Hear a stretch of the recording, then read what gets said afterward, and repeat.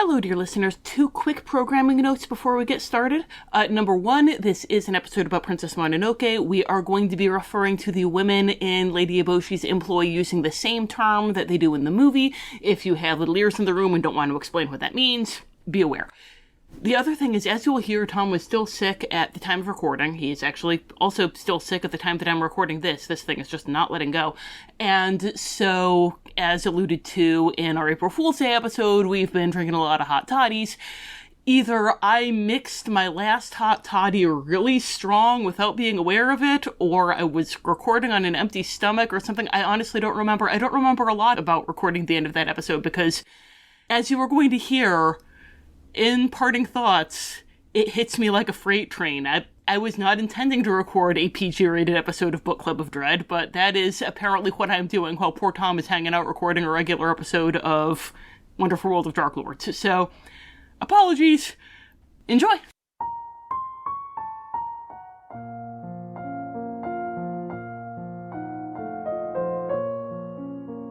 The Wonderful World of Darklords. Report 21. Mononoke Forest. It took me several attempts to enter Mononoke Forest. As I would later learn, the borders were often kept closed. I wandered from the mists to various parts of San Francisco so many times that I thought at first Callahan was the one who had closed the borders to prevent me from leaving. It was on my 4th attempt, when I stumbled into Nottingham, that I knew that it was my destination and not my origin point that had closed. After over a day, I at last emerged on a forested mountain pass in the midst of a harried-looking trade caravan. Men with rifles guarded ox carts laden with grain, smithing tools, a few bolts of fabric. Nothing that accounted for the apprehension on their faces or the white knuckles on their weapons. They looked for all the world as though they were transporting priceless jewels through a forest filled with bandits.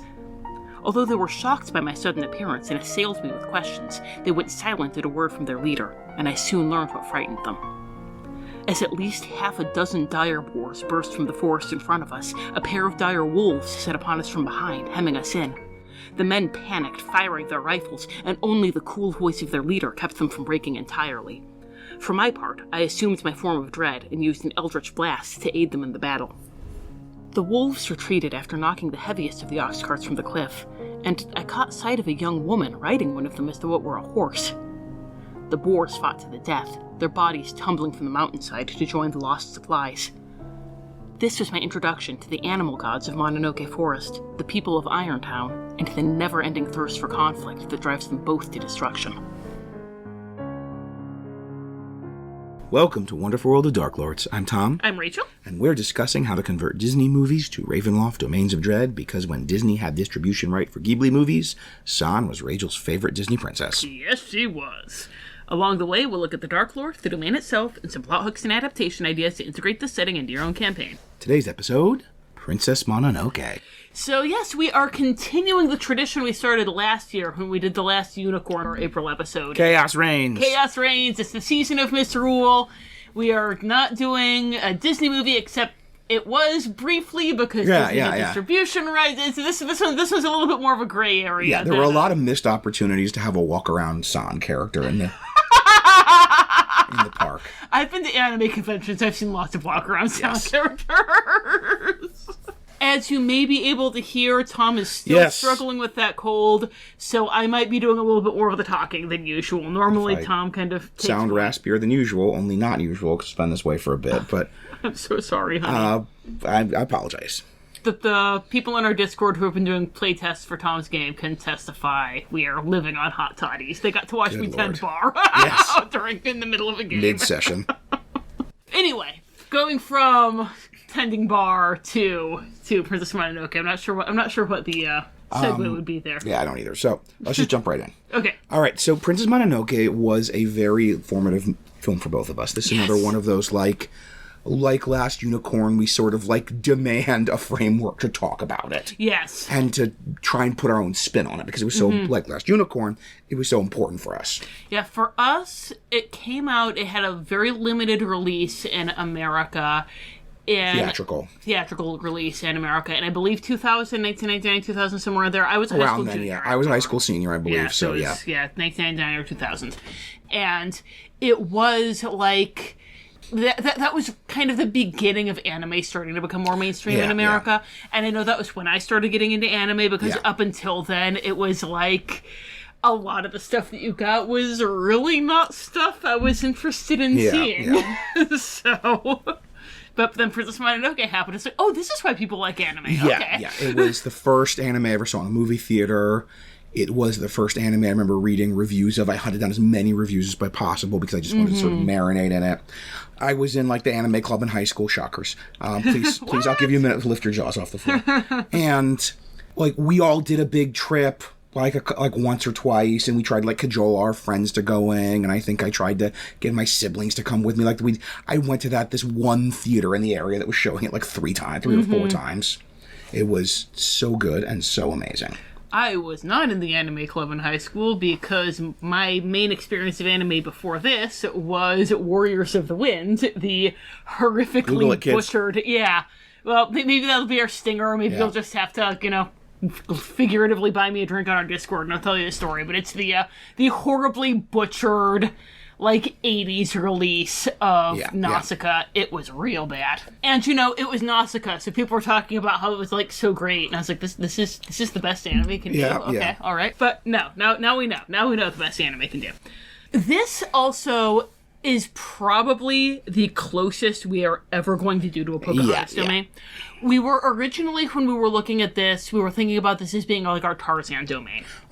Because we were thinking, we watched Tarzan, and we're like, there are these themes of kind of like trying to tame nature, and, all these colonialist themes, and you could do a lot with that in Princess Mononoke. And we like Princess Mononoke better than Tarzan. Tarzan's fine and all, but come on, guys. But really, Princess Mononoke is a lot closer to Pocahontas, and that's very weird to say. But because Pocahontas, it was trying to be about this clash of cultures rather than about just colonialism. Like, colonialism was there, but they were trying to kind of absolve all of the settlers except Ratcliffe. Right. So it was much more about the clash of cultures where both had, like, the valid perspective and everything. And that's much more what Princess Mononoke is doing. So we were like, okay, we are never going to do anything with Pocahontas. Our white butts are not touching that. Look, as I've mentioned before, I am from the South. There are all kinds of stories about Cherokee princesses and my bloodline. However, I am not touching that. If we have Johnny Depp it. If we have any Native American or First Nations listeners who want to do a Pocahontas episode, we will have you on as a guest host, and you can do your Pocahontas episode. Yep. We're not touching it. We'll just kind of nod. Yes. But this lets us dive into some of those themes. Kind of a combination of this and Robin Hood. What we're talking about with the settlers and the guerrilla war and everything. Yeah. That lets us kind of dig out what interesting stuff there would be for a Pocahontas setting. If you wanted to know what we would do with Pocahontas, it's basically those two things mixed together. Yes. If we were ever going to touch it with a 10-foot pole. I'm going to do the transition, and it's not even the April Fool's Day episode, because I have a voice. So, speaking of it being about this clash of cultures that both have a point, rather than it just being a single figure, we're going to talk about those two leaders of those two different factions. Oh-ho. In a section we call... The Lords. The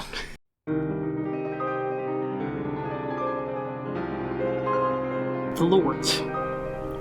The leader of the caravan, a tall, composed woman in a blue cloak, thanked me for my aid and asked me to return with them to Irontown, saying that the forest was not safe for humans.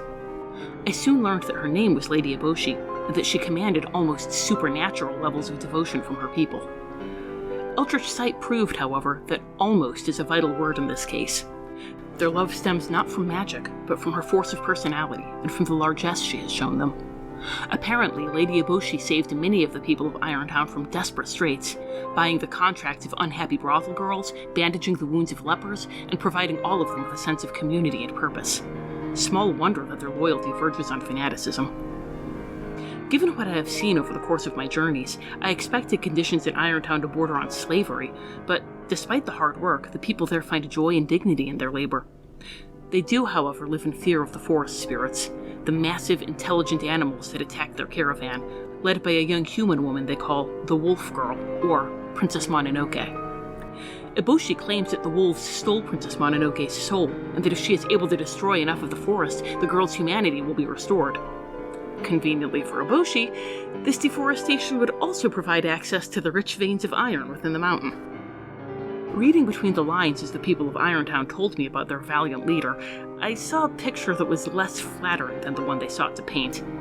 They told me of how the wolf girl attacked their supply lines without mercy and with little concern for her own people, the boars knocking over the very trees they sought to protect in their mad rush for human blood, the apes twisting into unnatural monsters as they devoured the flesh of their foes. However, they elided and justified Lady Eboshi's tendencies to do the same, leaving her people for dead when they suffered injury, sending them further and further into the perilous forests to dig for iron, even when they had more than enough. They were happy to die for her, but die for her they did.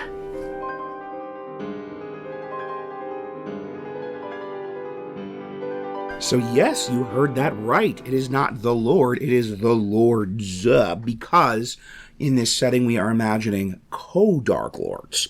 And you can probably guess as soon as we said that, our co-Darklords are San and Lady Eboshi. Mm-hmm. So we were originally planning on it being Lady Eboshi as the Dark Lord. Right. And that's very much the Pocahontas, Prince John version of this. Mm-hmm. And again, the Tarzan version, because we're looking at this as being kind of the colonialist. And so that was our plan going in. And then we started rewatching the movie, and it really does a disservice. Yes. Not only to the character of Lady Eboshi, but also to the themes of the movie. Yes. To have her as the singular Dark Lord. Right, to be able to point to Lady Eboshi and say she's the villain of this story. Because the movie very, very deliberately, very almost aggressively is trying to deny you doing that. Because it's so important. There's this theme of duality. There's this theme of cycles of hatred and violence that everyone is locked into. There's no bad guy except Jigo. Yeah, put your finger down. Yep. Jigo's the worst. He's the bad guy. But Jigo also isn't a Dark Lord. Yes. Because he doesn't have those 4 elements that we're about to describe. Right, so if you are watching this, you are presumably a nerd who is currently pushing 40, if not pushing over 40. Or someone with real cool taste, in which case, good for you, young person. We assuming you know who Lady Eboshi and who San are, but you may not know who a Dark Lord is. You might just be like, well, no one appreciates Princess Mononoke. I want to listen to a podcast about it. How great it is, because I'm a nerd pushing 40. So, Rachel, what is a Dark Lord? Well, Dark Lords. A Dark Lord or Dark Lords is or are an evil being who commits some kind of act of ultimate darkness that causes the dark powers to say, why, hello, new friend, we want to play with you forever. And so they pluck them up and they put them in a special hell tailor-made just for them. Usually there's just one Dark Lord, but sometimes you get my beautiful baby, Borka, which I hope was on your bingo sheet. Yes, it's happening.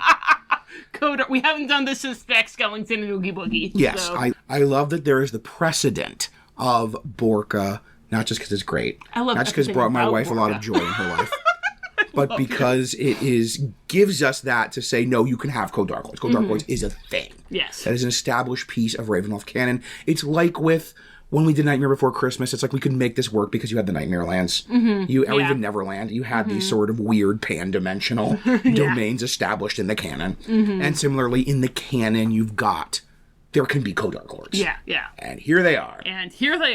So, with that Dark Lord or Dark Lords, there are 4 qualities that separate the really good Dark Lords like Strahd von Zarovich or Ivana Baritsi or Evan Delicia. Especially Evan Delicia, from the not-so-good Dark Lords like Jigo would be if he was a Dark Lord. So we're going to talk about what those 4 qualities that separate the Eboshis and Sans from the Jigos are, looking at our Dark Lord, Strahd von Zarovich. So the first element of a Dark Lord is that act of ultimate darkness. In Strahd's case, it was killing his brother because he wanted to get with his brother's fiancée. Our second element is what they call in Van Richt's Guide to Ravenloft the Torment, because we're a Disney podcast, we call it They Got What They Wanted, They Lost What They Had. And in Strahd's case, it's, okay, yeah, you did kill Sergei, he's out of the way, you have eternal youth, so you don't have to worry that you're too old for Tatiana anymore, but you're too Strahd for Tatiana, and you always will be. And everything keeping him from Tatiana is out of the way except himself. Our third quality is an element of tragedy or relatability. They're not just evil for the sake of being evil. There's something about them that makes us wince in sympathy, unlike Jigo. Yeah. And in Strahd's case, man, that sucks. Unrequited love really sucks, and the fact that you are the thing getting in the way of you and your love sucks. Yeah. The fact that, like, you're into this person and they will never be into you, and that is a real punch in the gut. And then our final element is the domain reflecting the Darklord into their curse in some way. Strahd is the Darklord of Barovia, which is spooky vampire land. He is not the Darklord of Borca, land of poison and intrigue and betrayals. Although, he could be betrayals. All in a head spin there. Yeah. He definitely had a betrayal, but not so much the poison and the intrigue. And then also it reflects his curse because it's this, boring mud slump. There's nobody there who is really an intellectual equal to him, especially if they play this up in the 5e. And so he's got that loneliness that, both that he can't be with Tatiana and just overall everywhere. There's no one for him anywhere in all of Barovia because it's boring. So to go through those, we have to kind of do it twice here. But so fortunately, we have a joint act of ultimate darkness. Yes. That's what perfectly helps things work out. And that is in the scene where San attacks Irontown. She and Lady Eboshi are sword fighting. Ashitaka puts himself in between them.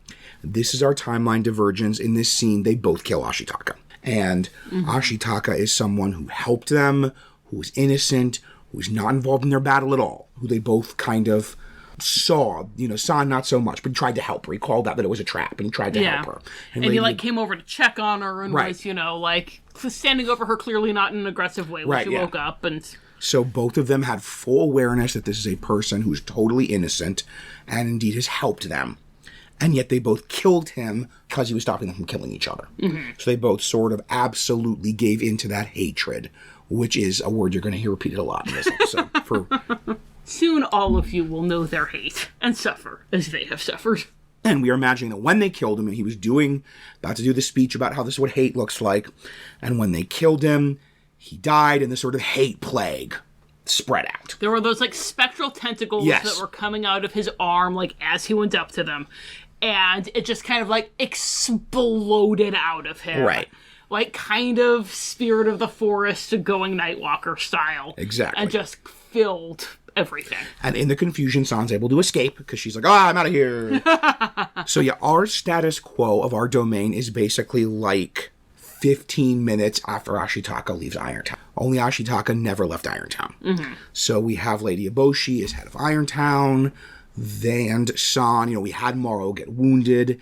And so the idea is that San's sort of taken over as leader of the forest spirits. She's the head of the wolf clan, and she's kind of the leader of the forest spirits, because Morrow is more passive and wounded and trying to just rest in the pool of the forest spirit and recover her strength.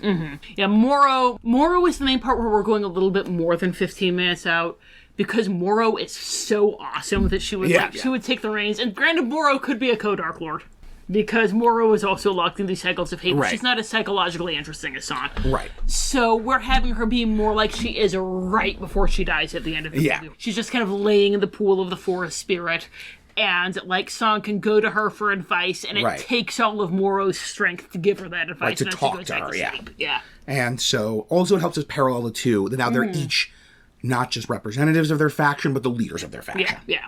Which you always want parallelism with good co-Darklords. Yes, you do. So then we have our torment. They got what they wanted, and they lost what they had. That's already plural, so I don't need to mentally modify that at all. The obvious got what they wanted is they do get to fight forever. Right? They hate each other. They hate each other so much they killed an innocent man for a chance to kill each other because he was trying to stop them from killing each other. And they get to fight forever. They get to kill each other's people. But of course, in that fight, in that cycle of hatred, they just get their wonderful, never-ending merry-go-round of hatred. But in doing that, they're continuously sacrificing what they're fighting for. Yeah. Lady Eboshi is losing in this war. She is losing the people she claims to be fighting for. She's losing more and more of the citizens of Irontown. And with San, she is losing some of the forest spirits who are being killed in the fight. But even that, you have that amazing scene where, the boars are knocking down the trees as they're moving through. They know this is your battle to save the forest is destroying the forest. And that the more she attacks Irontown, the more they fight, the more collateral damage as the forest is a battlefield. So Lady Eboshi is losing the people of Irontown, the community she's built. San is losing the forest. Yeah, because even with Eboshi, we have the whole part of why she's saying she needs to keep expanding is because they need to get these guns and weapons to protect themselves from Asano and his samurai. But by doing this, you're enraging the forest spirits, and they're so much worse than Asano and his samurai. We're going to get to the Asano and his samurai later, don't worry. So we do have to flatten them a little bit. Like, they aren't this thoughtless, they aren't this consumed by hate in the movie, which is why the movie sort of has a happier ending. Yeah. But the point is, they're Dark Lords, this is their worst selves. Yeah, because Dark Lords, they have to be irredeemable. Yeah. And the movie's about them being redeemable. Yes. So, looking ahead to Aging Down, just spoilers for Aging Down, we can't really age this movie down because it's Princess Mononoke who wants to run it.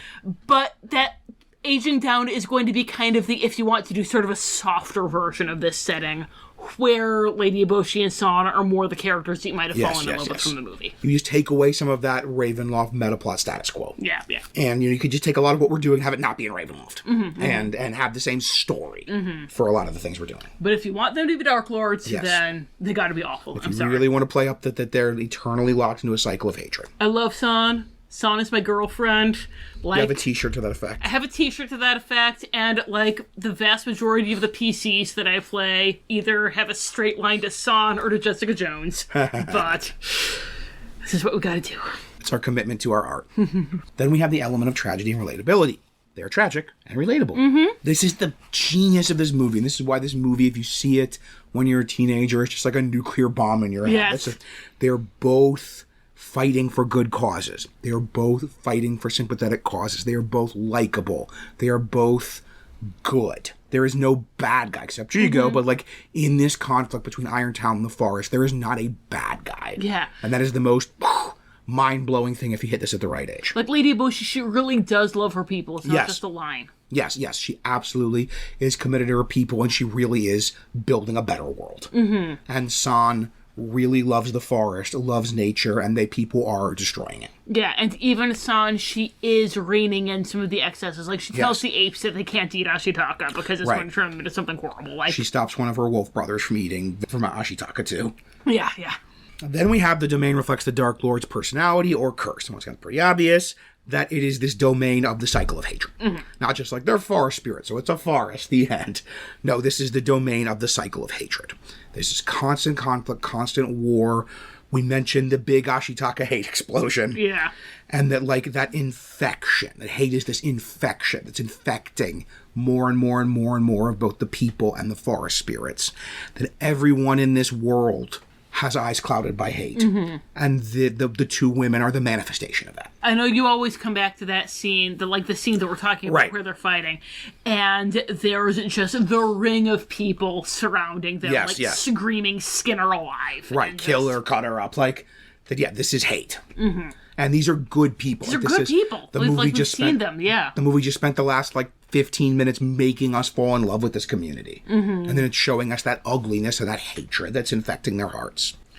So that's an easy one. That's an easy check right there. That reflects the Dark Lords and their personality and their curse. Yeah. Also, in terms of the women as the manifestation, the sort of incarnation of that conflict, of that mutual hatred, this is the sort of prisoner's dilemma, that cycle of mutual hatred, of their hatred is their prison. They're both in prison. They're both trapped by their hatred. Either could choose to let it go and be free. Right? The Irontown people could scale back their operations. They could stop expanding, at least for some time. The forest spirits could, give the humans some of the territory. Yeah. And stop attacking them. But each of them is I can't do that because the other would not stop. Yeah. It's a thing that, in terms of co-Dark Lords, my love of Borka will never be called into question. But it's a thing that brings something to the table Borka doesn't have. Because in old Borka, not so much new Borka, because new Borka really pumped up Ivana, but not Ivan to the extent where it's why are they even co-Dark Lords? Because she's so much more powerful than he is. But in old Borka, they were kind of like these, like, feuding, you know, Montagues and Capulets sort of thing. Right, yeah, they really brought that in. Yeah. But they weren't fighting for anything good. There wasn't this sense that their hatred is stopping them from all the good that they want to do, because they were just such horrible, selfish monsters that there wasn't really anything good they wanted to do. They just wanted to, you know, sit in their bourgeois-like lap of luxury. And with San and Eboshi, we do get the no, they do have the stuff that they want to do. They have this good that they want to do, but they can't because their hatred won't let them, and their opponent's hatred won't let them, and that means that they have to hate even harder so that they can try to get this thing. Yeah, domain reflects the Darklord personality curse. Check. Check. So then we have the powers in Dominion. We have how we are representing these Darklords if your PCs were to encounter them. And so we have the basic stats, Lady Eboshi. I wish there was something more complicated. I try as much as possible to do what they did in Van Richten's guide, which is use a monster manual stat block. Mm-hmm. Like, sometimes I have to do from another supplement, like, you know, Hades had to be a winter Elatrin. Yeah. Hades down Hades. Not Hades, not Olympus. Hercules, not Hades, yeah. So Lady Eboshi, I'm taking Noble, which makes sense. She's a lady. Yeah. But no, this is the Noble, has good social stats, and it even, like, this is a stupid reason to pick it, but, like, they have the parry ability, and we see her use it. When San lunges at her, she parries. I'm sorry, I was just laughing because I think the absolute king of weird stuff that we picked out for a Darklord has got to be Oogie Boogie. Yes, that was really something. Like anime. Anyway, go listen to the episode. That was a heck of a thing. Yeah. You do Oogie Boogie, okay? I love you. A monster manual stat block. An angry bag of bugs. The gambling problem. So then, of course, she has her powers as a Darklord. And first off, the intense loyalty of the people of Irontown. Mm-hmm. I love this. They love her so much. We were watching it, and he finds, Ashitaka finds Kuroku the ox driver, and he finds the rifleman. Mm-hmm. And he's carrying him through the forest. And he gives the rifleman some water, and the rifleman mumbles, "I failed her." Yeah. Like, that's where his mind goes. Mm-hmm. He's dying, and he is being left for dead, and his thought is, he is sad because he failed Lady Eboshi. Yeah. And everyone's so devoted to her, so she basically has the charmed condition on all of her followers, and all of her social stuff with her followers is made with advantage.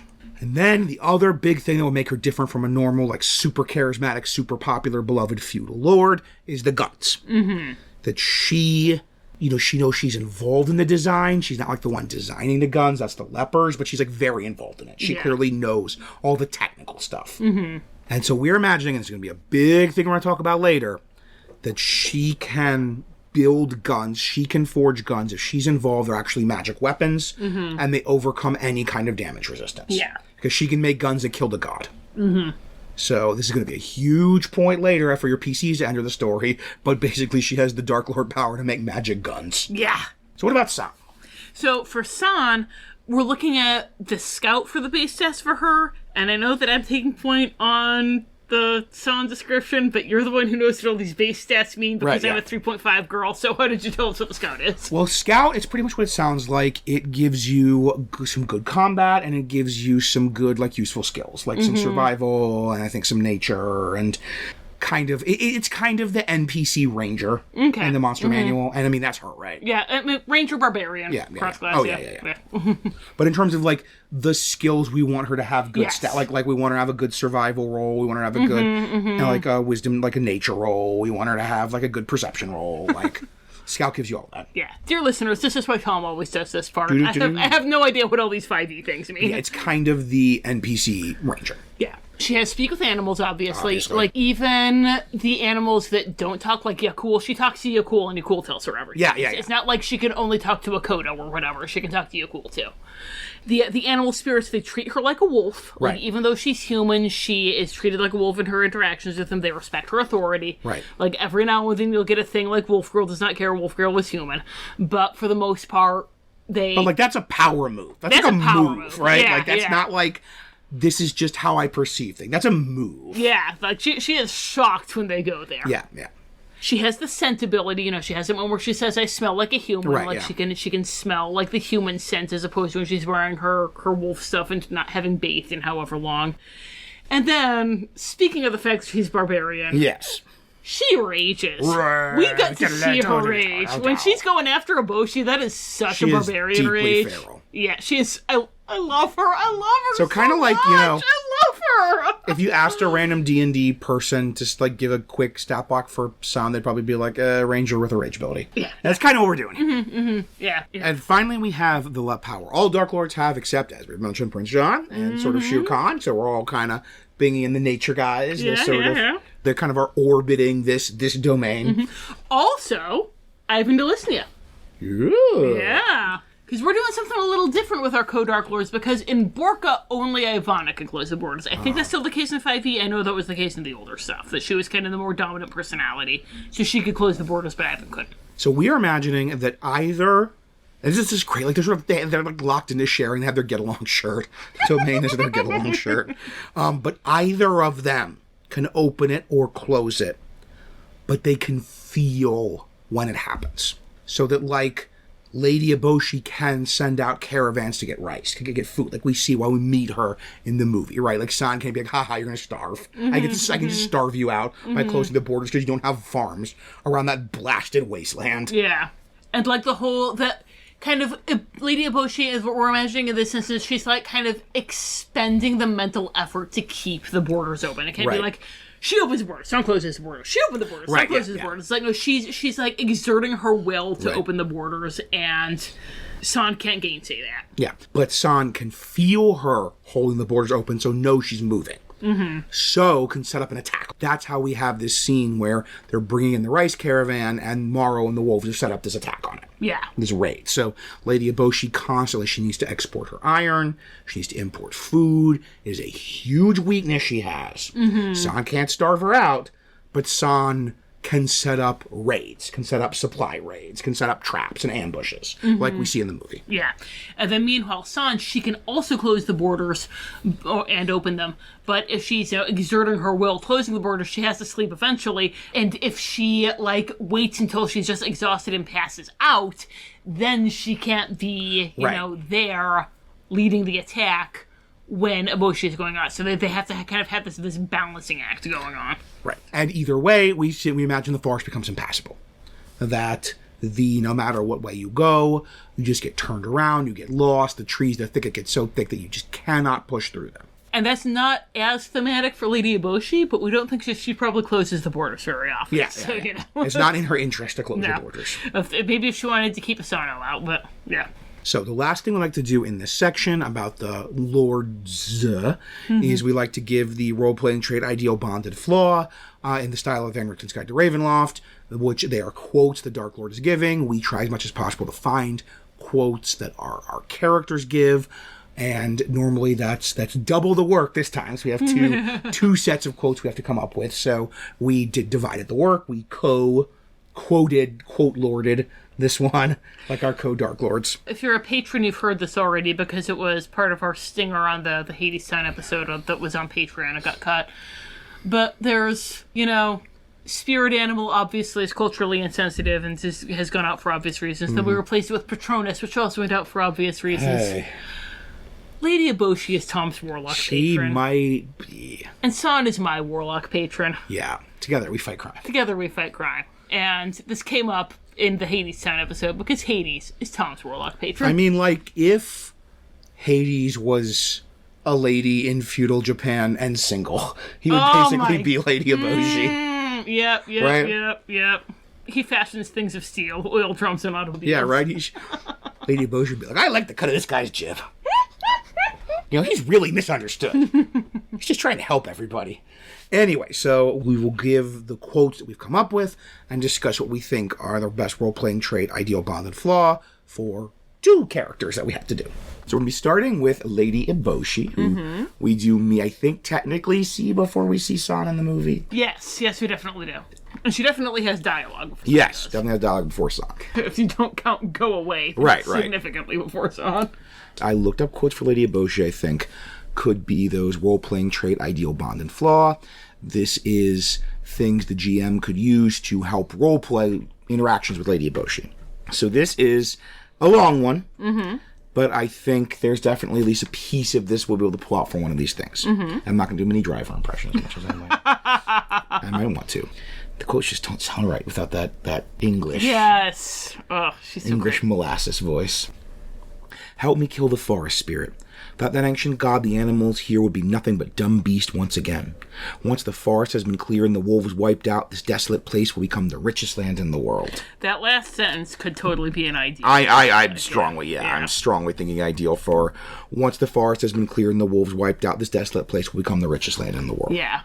It could also be bond. I can see that her bond being to the land. Right, yeah. Her vision for it. But we'll see what else you have. Right. Before I get too carried away.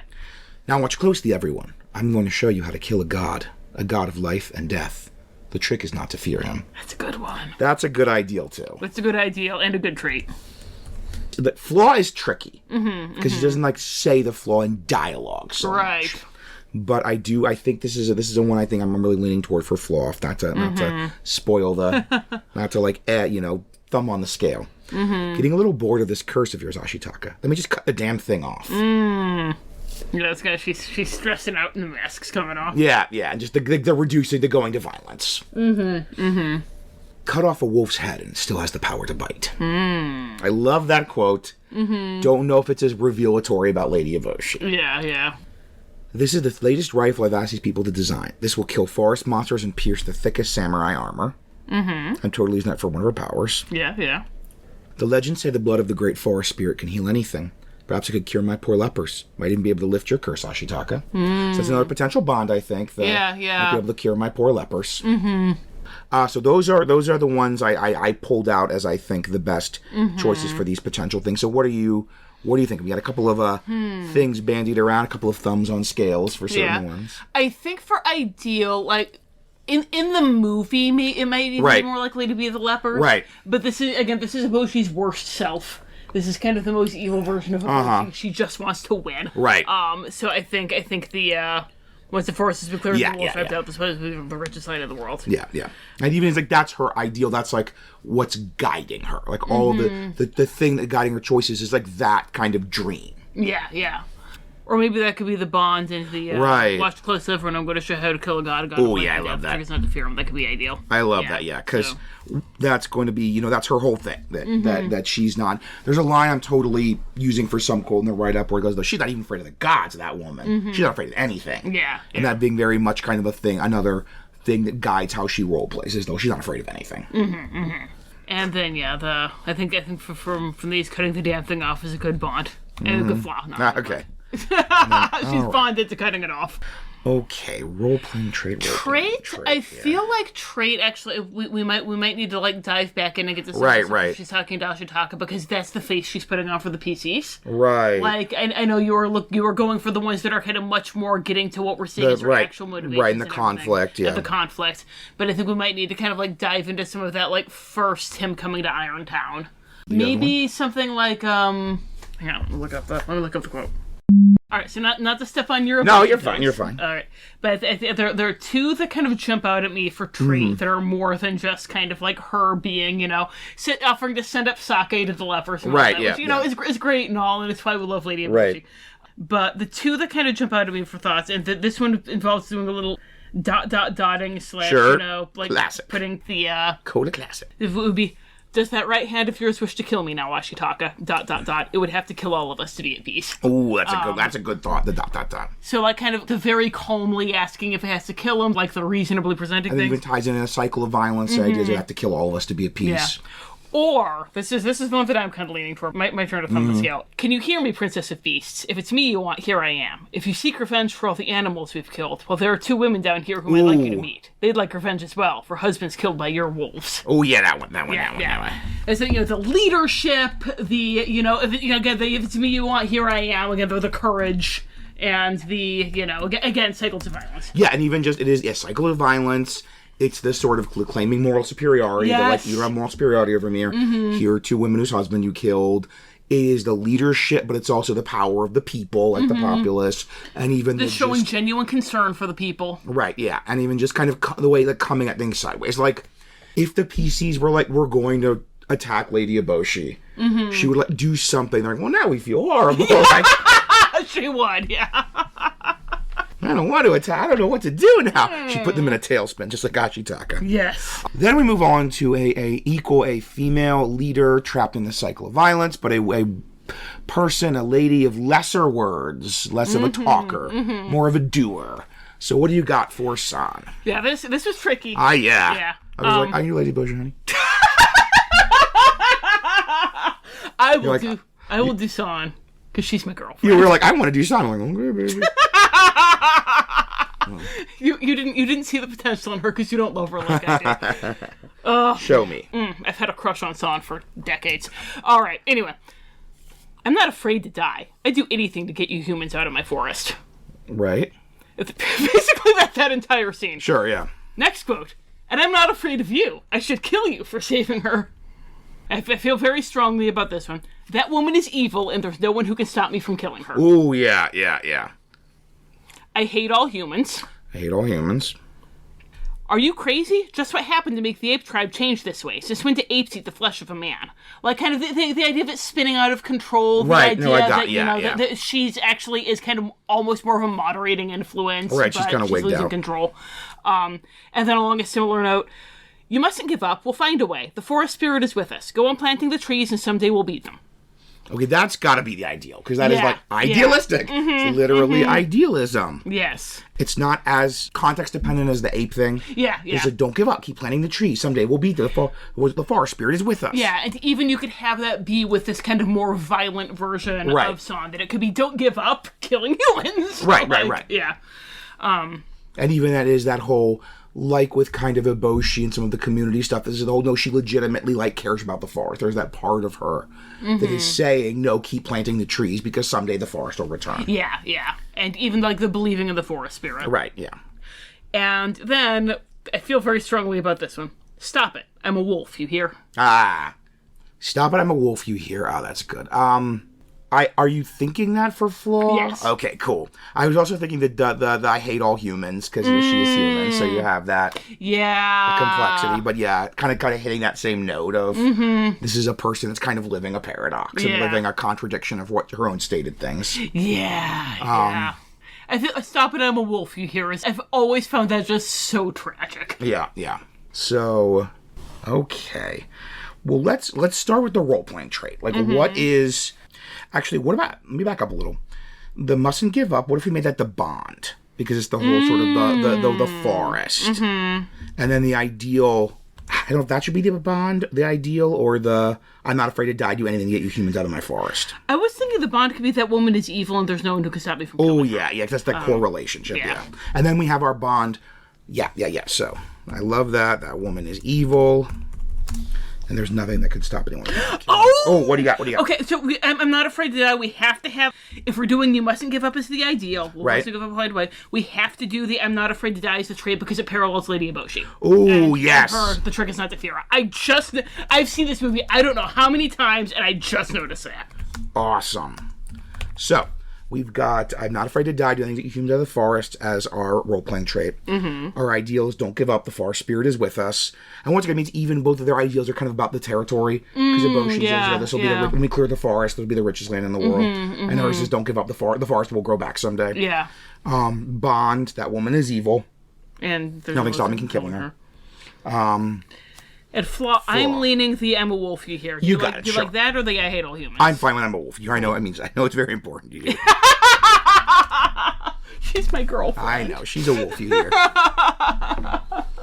All right, cool. I feel like that's more obviously the kind of going to that core conflict than I hate all humans because You had to explain it. I had to explain it. I guess the whole I hate all humans. It's like that's also Damona's flaw. Right. Yeah.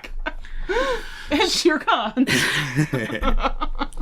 So we talked about both of these parallel ideals being related to the two women's relationships to the forest. And let's talk more about that forest and about the territory those two women rule over in a section we like to call... The Land.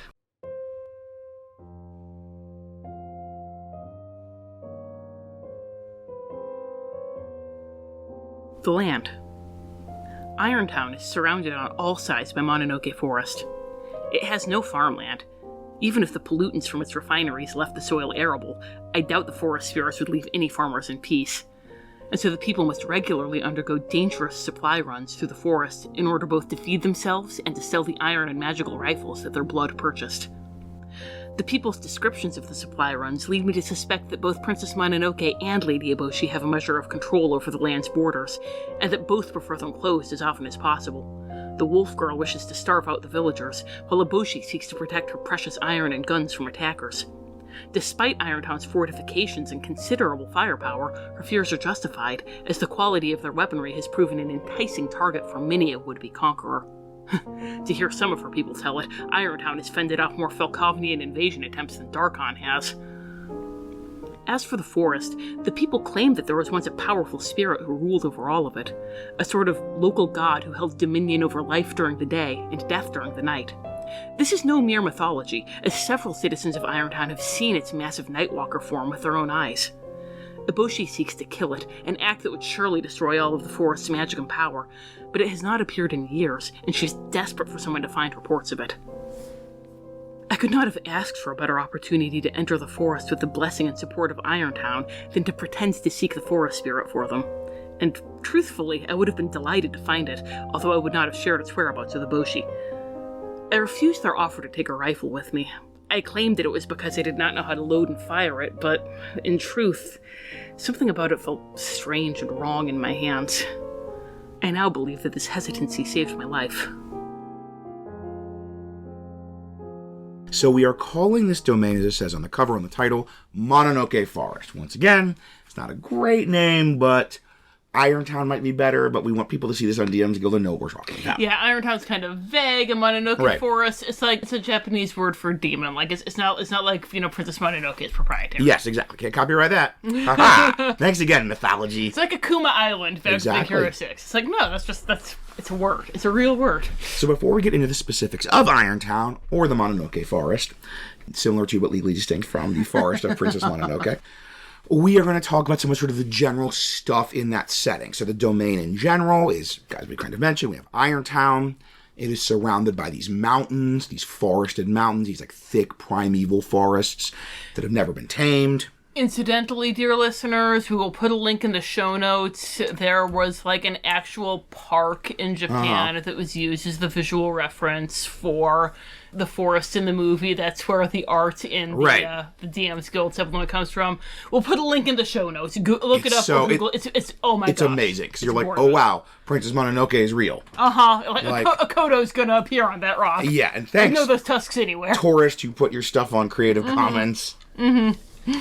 And so they have to move through the forest to get out of Irontown, which they need to do for supplies. This is not a self-sustaining community. This is a community dependent on food imports, which we're going to circle back to. You know what that means. But we'll talk about it. Means they have to have relationships with other domains. Economic exchange, and you want a large group of people traveling overland. So, one of the things we looked at when we were planning this domain was about the forest spirit. There's a lot of possibilities, and we'll even give you some in our AU section. It's going to be a big AU section because we have a lot of thoughts on this. But in our default setting, we are imagining basically the forest spirit hasn't been seen. Mm-hmm. And part of that is they've been pulled into Ravenloft. The forest spirit is kind of a nature god, or at least like super powerful nature spirit outsider, kind of like we talked about with some of these domains we've done recently, like weirdly enough Home on the Range. I'm sorry, I just did a literal spit take because I was imagining what if the thing that's buried on Little Patch of Heaven is the forest spirit's head. The forest spirit's head. Yes. So metaphysically, like in the story of the setting, it's because it didn't get pulled into Ravenloft. Mm-hmm. Like the rest of the territory got pulled into Ravenloft, but the forest spirit did not. But sort of more symbolically, more metaphorically, it's, they've lost it. Yeah. And San doesn't have access to the forest spirit anymore because of her hatred, infected with hatred. And Lady Eboshi can't ever accomplish her ultimate goal of killing the forest spirit as part of her torment. Like, there was that bit when Ashitaka sees the forest spirit and his arm goes berserk. Mm-hmm. So kind of the sense that in this environment of hatred, like, that's directly at odds with the forest spirit. Mm-hmm. They can't be coexisting, so. Both blame the others. Mm-hmm. San is like, the forest spirit's out there, but the humans are driving it away. And Lady Eboshi's like, the forest spirit's there, but they're hiding it from me. So I can't fulfill this deal I've made. And speaking of that deal she's made with Jigo, we said we'd circle back to Jigo. Yes, we did. We mentioned before we want to do as much as possible this parallel between the two. The more you can parallel code Darklords, the better, in our humble opinion. Yes. And with both of these... In our humble opinion, because it's true. Because we're in our humble correct opinion. So... You know I feel strongly about it if I'm the one who's coming in with the... Coming in hot, yeah. So, with Irontown, there's Lady Eboshi, there's all the people who are so loyal to her, but there's another faction. And that is Jigo and his riflemen. So this is kind of, once again, we're jumping a little ahead. This is that part. Building up to the climax, Jigo has brought his riflemen into Irontown, and they are there for the forest spirit's head. And this is technically also kind of like going along with Asano and his samurai, but no one cares about No one cares about Asano. So we're just, simplifying it down to Jigo, because he's the one anyone cares about. And he can play in the same role as Asano, which is he's this pressure point. That he is pushing Lady Eboshi, just like in the movie, to do this bigger and bigger battles, bigger and bigger expeditions, to try and flush out the boars and get the forest spirit. We even have the part where she says, like, look, the more trees I cut down, the more I mine out, the more I weaken the spirits. Just let me do this my way and there's no loss of life. Yeah. And he's like, no, I want that head. Yeah. And you owe me. Like, you have to. And the idea is that he's there, he has this cadre of riflemen that are loyal to him, and right now he's going along with Lady Eboshi, but there's always a threat he's going to seize power. He's going to kind of launch a coup and take over Irontown. So he's pressuring her to do these things that she knows are strategically not the right idea, and that are wasting the lives of her men. Yeah. And like, that's the thing. He's pressuring her. She has a way to do this with minimal loss of life, but Jigo's not going to let her do that. And she could say no, but that wouldn't be, like, the expedient choice. Right. And so she is choosing to sacrifice these people of Irontown who she does love and care about, because that's the expedient thing to do. That's kind of, continuing the gut with the wanted lost that they had pressure. And, again, she's losing sleep over this. Yes, yeah. Like, no, this is eating her up. Yeah. And the great thing is Jigo is so, like, manipulative, and he's such a, like, wild card. Yeah. He would immediately try to manipulate the PCs. Yes. The Irontown. He would immediately manipulate the PCs into fulfilling his plan. Just like he did Ashitaka. Yeah. He's gonna either try and get the PCs to come and help Eboshi so that they can help find the forest spirit, or he's gonna try and get the PCs to, like, go and join the forest spirits so that they're putting more pressure on Eboshi. Right. No matter what they do, Jigo wins, because... That's the kind of guy he is. Clear away the barricades and he's still there. Oh, well. Can't reason with fools.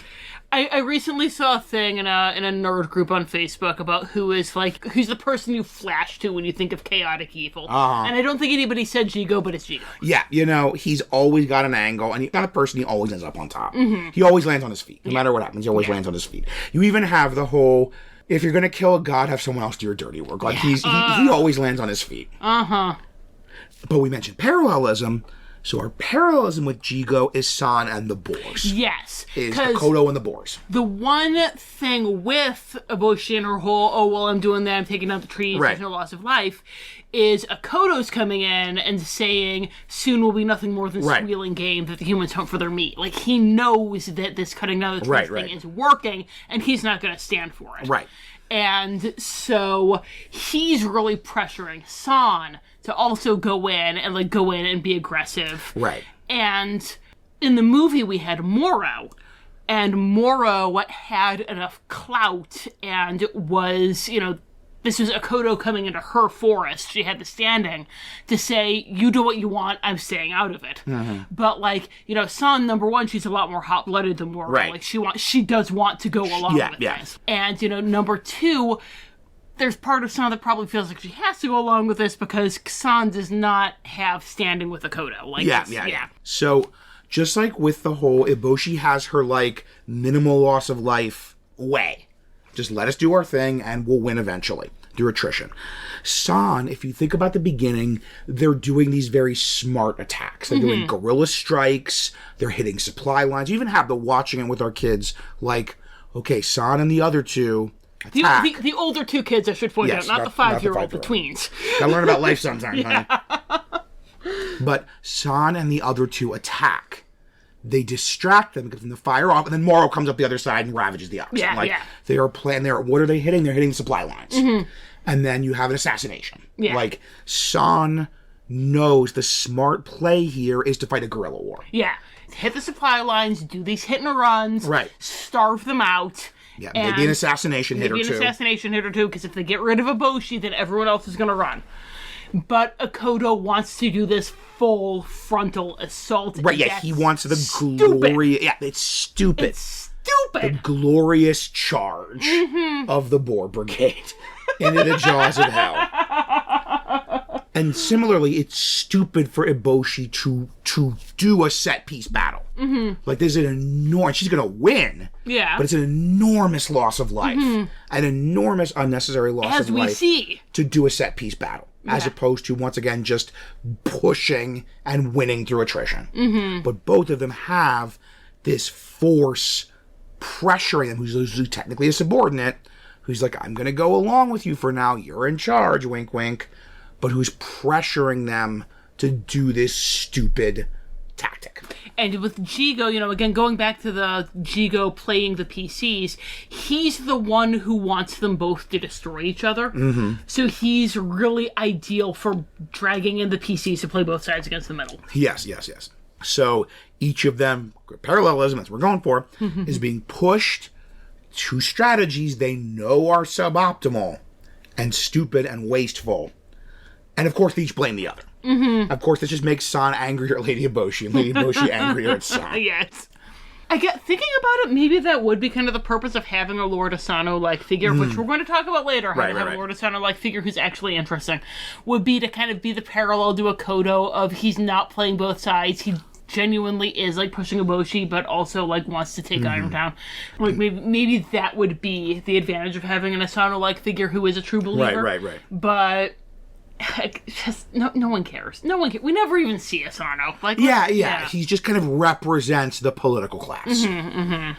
So then another element to add to the mix, to add to the chaos, is we talked about with Ashitaka's death, this hate plague. Yes. That we have, when he died, those squirmy, glowy worms spread out and hit, and like exploded and hit everything.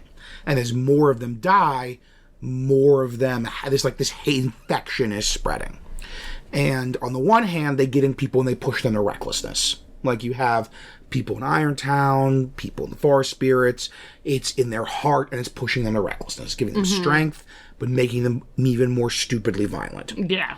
So, really love this idea. So, we have the whole, the apes are running away, they're saying something's coming, it's neither human nor animal. And then the people show up wearing the boar hides.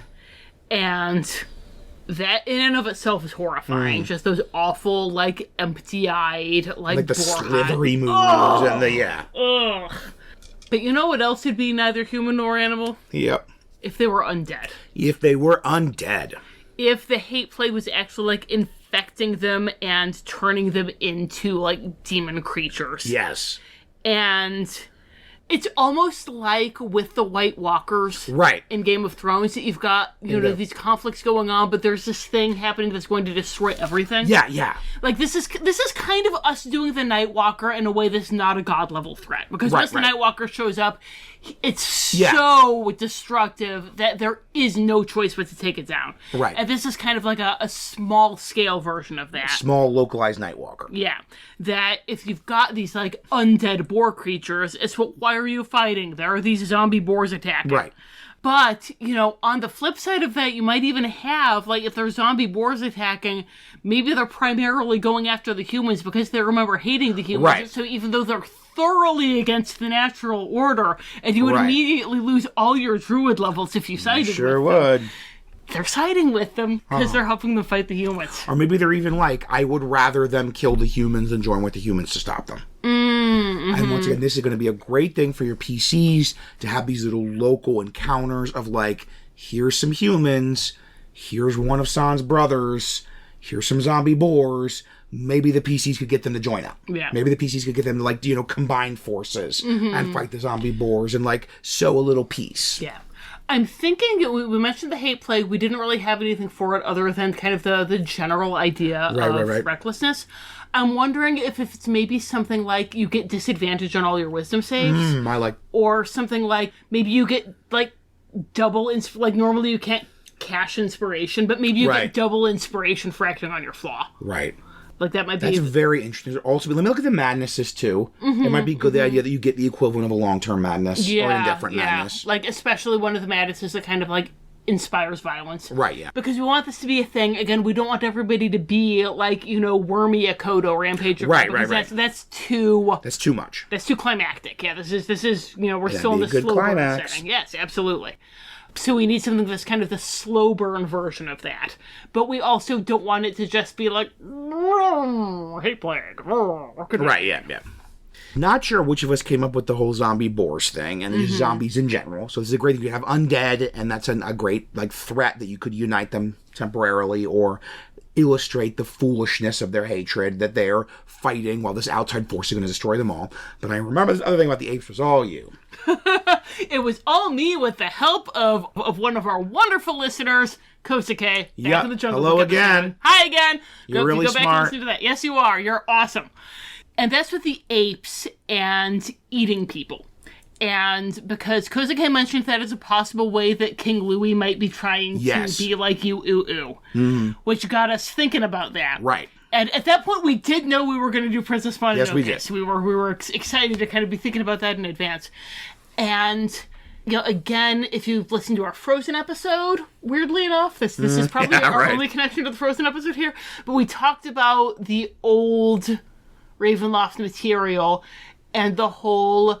you could turn into a ghoul not just by being killed by a ghoul, but they also had that as being a thing that happened if you willingly committed cannibalism. Also our Lion King episode. Oh yeah! That was the thing in the Lion King episode. More cannibalism in this Disney podcast than you might expect. So... And cannibalism here doesn't mean like saying species. You're not like, I'm an elf, I can eat whatever I want. I don't have pointy ears. You round ears are my lunch. Like, no, it's a sentient being. Yeah. And, you know, once again, we had San saying, if you eat them, you'll become something else, something even worse than human. And that's an unfired gun. Yeah, we never see what that would look like. You know what it would look like? It would look like ghoul apes. Yeah, that's baby. What it would look like. And you even have, once again, that's like even a better, like... Sounds like, do I team up with them? Do I feed them my prisoners? Like, because they're saying they're doing this to bring back the forest, and they're taking the power of the humans to bring back the forest. So if you really want to explore, like, here's this very sympathetic person with a very sympathetic goal that a lot of your PCs might be, like, sympathetic to, but it's like, yeah, but they're eating their prisoners. To get power. And they're like ghouls. Yeah, like the apes just talked her into it. Like, when we saw her in the movie, she was totally against it, and I was just like, is this our only option? Right, yeah. So that would be a very good, potentially, you really want to stress the extremism. And that even be a thing that you, like, walk her back from. You can't get her to stop killing the humans, but you could get her to stop letting the apes eat the humans. They won't eat the man creature. I feel like even your most tree-huggingest PC is not going to be like, yes, we should eat we should eat our enemies. Yeah, eat our enemies. Let's feed Toki to the apes. Yeah, exactly. Don't feed Toki to the apes. Don't feed Toki to the apes. So... that is the sort of general setting. We've talked a bit about those specifics, and we're going to get into now some of those specific locations. So we don't have a lot of specific locations. We have, of course, Irontown. That's our big, like, specific location that we need stuff of. This is the home base. This is like, your PCs are almost inevitably going to end up in Irontown. Because this is their home base. You can have the whole, they get basic supplies. You know, they can buy stuff there. There are merchants in Irontown. There's an inn in Irontown. Also where no one's trying to kill them. Yes. Like, even Ashitaka, like, the most sympathetic, like, helping out the forest spirits. Like, Moro and Akodo are both like, yeah, no, next time I see you, I'm gonna kill you. Yeah, so they like, gotta go to Irontown. This is like, in classic D&D terms, this is the village. This is the home base. Yeah. You could even do this is the home base and the forest is the dungeon. Yeah. If you really wanted to not get the duality. Once again, this is me being the... This is live, baby. Bingo. I'm the one who comes up with all the spontaneous nonsense. So that is, as mentioned in a previous episode, Tom is lawful good, I am neutral good, I just go bananas. Together we fight crime. And think about it now, and like that might actually be a cool thing to do with your ranger or your druid, that the animals see them differently. Ooh, that like with Ashitaka, they're like, okay, yeah, sure, you were okay for us this one time, but leave now. If I see you again, I'll kill you. Right. And your ranger and your druid, they don't say that. They're like, okay, yeah, you as long as you're still helping us, you can come back. Mm-hmm. Especially your druid. But anybody else is probably going to end up in Irontown. Yes. And this is the thing I love about this movie. Like, we were just talking about how, your very environmentalist PCs are probably not going to be okay with eating prisoners. But it's very easy from a modern perspective of sympathy for the forest. Like, the movie doesn't need to sell San and the Forest Spirits. Yeah. Like, we're with them. Mm-hmm. And we see Irontown, and it's so ugly, and it's so blasted, and it's this, like, wasteland. There's smoke pouring out. Like, aesthetically, we're inclined to think of Irontown and Lady Eboshi as the bad guys. So it's very important, because the duality is such a huge theme. The whole, no, Lady Eboshi is not the villain. Mm-hmm. Lady Eboshi is not the bad guy. That you make your PCs fall in love with Irontown. Yeah. And the movie, I think, very deliberately makes us fall in love with Irontown. Like, even I was thinking about this, and like, if you wanted to be very, like, facile and snide about Lady Eboshi, you could say that, like, oh, well, she's destroying the environment, but she's a great job creator. She's a great job creator. No, she's giving them dignity. She's giving, like, they do not feel like they have dignity and a purpose, and the job she is giving them gives them those things. And she is trying to make a better, more fair, more just world for people on the bottom of society. But the only way to do that is the destruction of the forest. Mm-hmm. Like, there's the stuff that she's bringing in the brothel girls. And there was, in the backstory stuff for Lady Eboshi, that big coat she wears is a pirate coat. Right. And there was this whole thing about how she was kidnapped by pirates, and she killed the pirate captain and took his coat.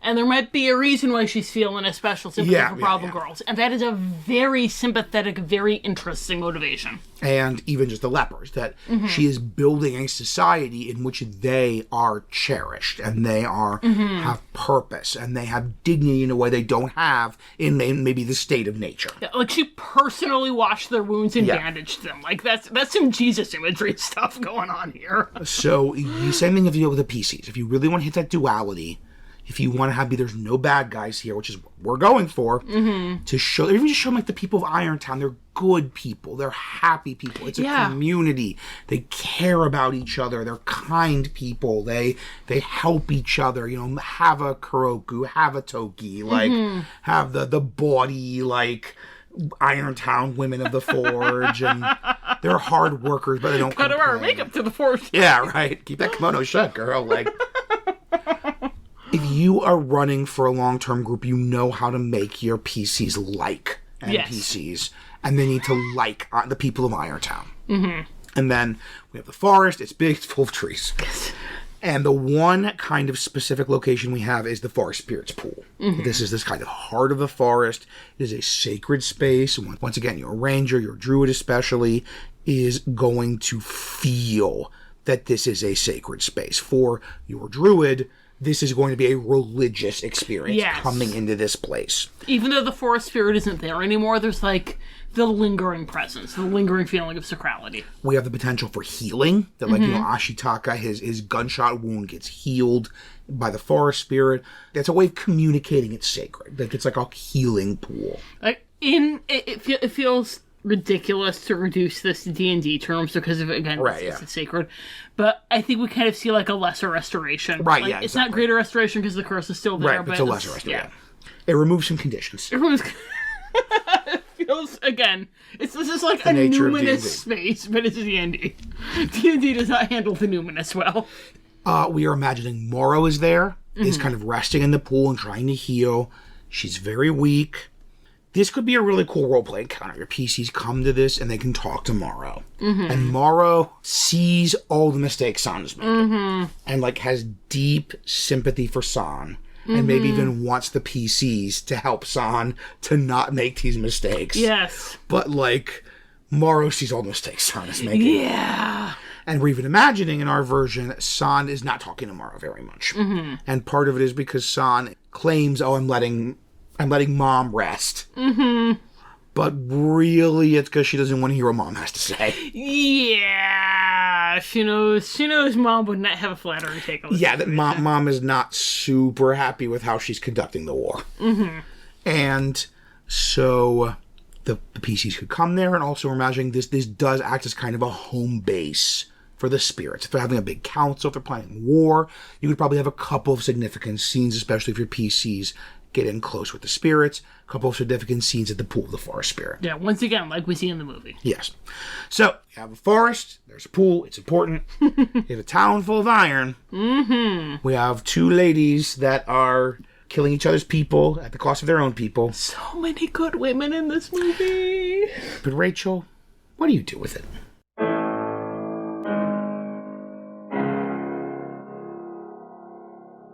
Dread possibilities. I expected Mononoke Forest to have an atmosphere similar to the Seany, a sense that I was prey, an ambulatory piece of meat in a world that was not my own. I was not prepared for the numinous sense of awe that permeated it. It was a world that was not my own, yes, but that was because it was a sacred place, and I was not welcome to participate in its mysteries.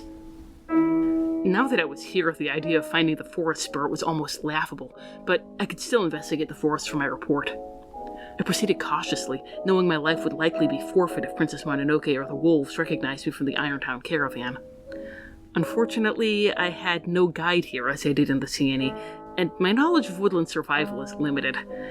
Thus, my plan was to get a general sense of the land, then return to Irontown in attempts to leave on the next supply run. As I traveled through the towering trees, making note of paw and hoof prints to match the size of any that I had seen in the Seany, I glimpsed a tiny, translucent form perched on a rock in front of me. Its shape was crudely humanoid, like a doll, and its oversized head rattled like a miniature percussion instrument. I found myself smiling at the little creature.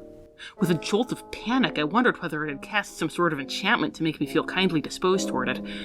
However, Eldritch Sight revealed that its only magical aura was transmutation, which was explained when the creature briefly faded from sight, then reappeared. The little creature ran into the forest, occasionally looking over its shoulder to see whether I was following. I've heard enough stories about will-o'-the-wisps and other such terrors to be wary, and I held a bit of gauze at ready so I could cast gaseous form and escape at a moment's notice. Nonetheless, my instincts told me that I could trust the creature, and that even if it were leading me into danger, I would learn something about the forest. As I followed, I heard the rumbling of 1,000 hoofbeats behind me. I turned to see a massive sounder of boars, squealing and snarling that they had once again borne the brunt of Irontown's attack, while Moro's human whelp escaped unscathed. Bringing up the rear was a white boar so large that my head would scarcely have cleared his snout.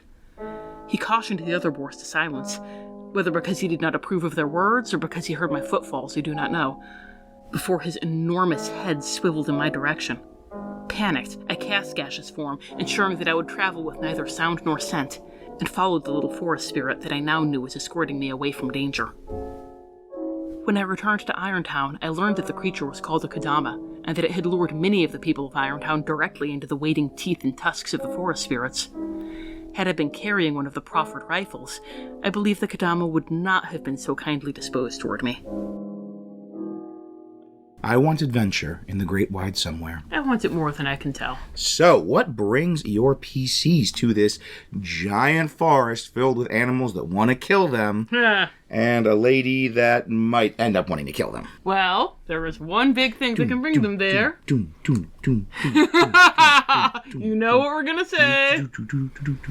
Trade caravans, baby! We see it. There's a trade caravan in the movie. Irontown needs supplies. They need supplies. And that means they need people guarding the supplies, because there's giant wolf and boar attacks on these trade caravans. That's the obvious place for Silent the Wolves and the Forest Spirits to hit Irontown, is exactly what we see in the movie, hitting the supply caravans. So boom, traveling, dangerous, money, PCs. Yes. But if maybe you'd used to trade caravans in a bunch of other domains, as we seem to be, What are some other reasons that PCs might be brought into this, like, this arboreal conflict? Well, another thing that we've come back to a couple times now is that maybe your druid gets a vision that nature is out of balance. You have a druid in your Ravenloft party and you're doing a bunch of these domains. The PCs are going to be, let's just ditch this guy. Like, we are really tired of nature. Having to go to places and fight monsters because nature's out of balance. Yeah. But nature's out of balance, Yeah, so if nature's out of balance, they might be getting a vision of this. They might be able to commune with the forest spirit. And again, the forest spirit, is not infected by this hate plague that's going on and everything. So, they're able to actually, say what his will is. Mm-hmm. San's not going to be happy about that because it's going to be a reflection on how far she's gone down the wrong path. Yep. Yeah. That's good stuff, right? That's a hook right there. Mm-hmm. What if their wallets are out of balance? Well, if their wallets are out of balance, then they can be in Jigo mode and they can be murder hobos. It's the great thing. You even got, Jigo's talking about, I hired all the best, hunters and trackers and everything, and, that's very PC. The average PC is the kind of people he'd be hiring to help hunt the forest spirit. So, yeah, absolutely. If you've got a murder hobo party, Jigo is going to want to bring in your murder hobo party. There's also the whole reason that Jigo is there. He's looking for the blood of the forest spirit to help the Emperor live forever. You know, the Emperor is saying that that's what he wants. And your PCs might have heard that the blood of the forest spirit can cure any illness or any curse. So if they have an illness or a curse, that there's an opportunity for that. And it might not even be, they don't have to be as bad as Jigo in order to be looking for this, because they might be saying, we can just get a little bit of blood. Just some blood, Yeah, just It's probably a big spirit. Yeah, we've got plenty of blood to spare. So if your PCs are suffering from some kind of lingering condition or curse or anything like that. Or an important NPC has been cursed or turned to stone or whatever, and there's a whole there's a legend of a great spirit in the forest far in the west, and they say its blood can cure anything. Yes.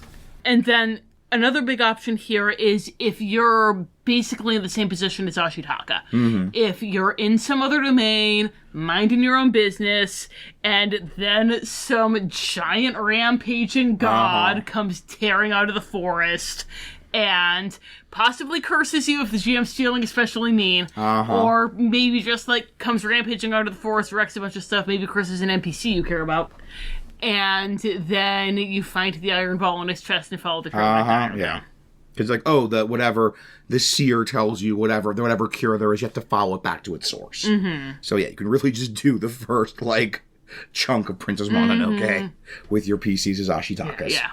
Also, your PC is going to be that unhappy if you are cursed. It gives you super strength. It makes you really good at killing, but fills you with rage. So that's bad. Oh no. Get to roll all these extra damage dice. But my rage. So a final one, and this is, I think, a real possible. This is one that's not anything like we've had before. Because we've had trade caravans, we've had nature out of balance, but this is magic guns. We have, as one of the Dark Lord abilities we mentioned, we're giving Lady Eboshi, is that she can make these guns that have the qualities of magic weapons. So they pierce a lot of the damage resistance to normal, regular weapons. They're +1. They maybe do more damage.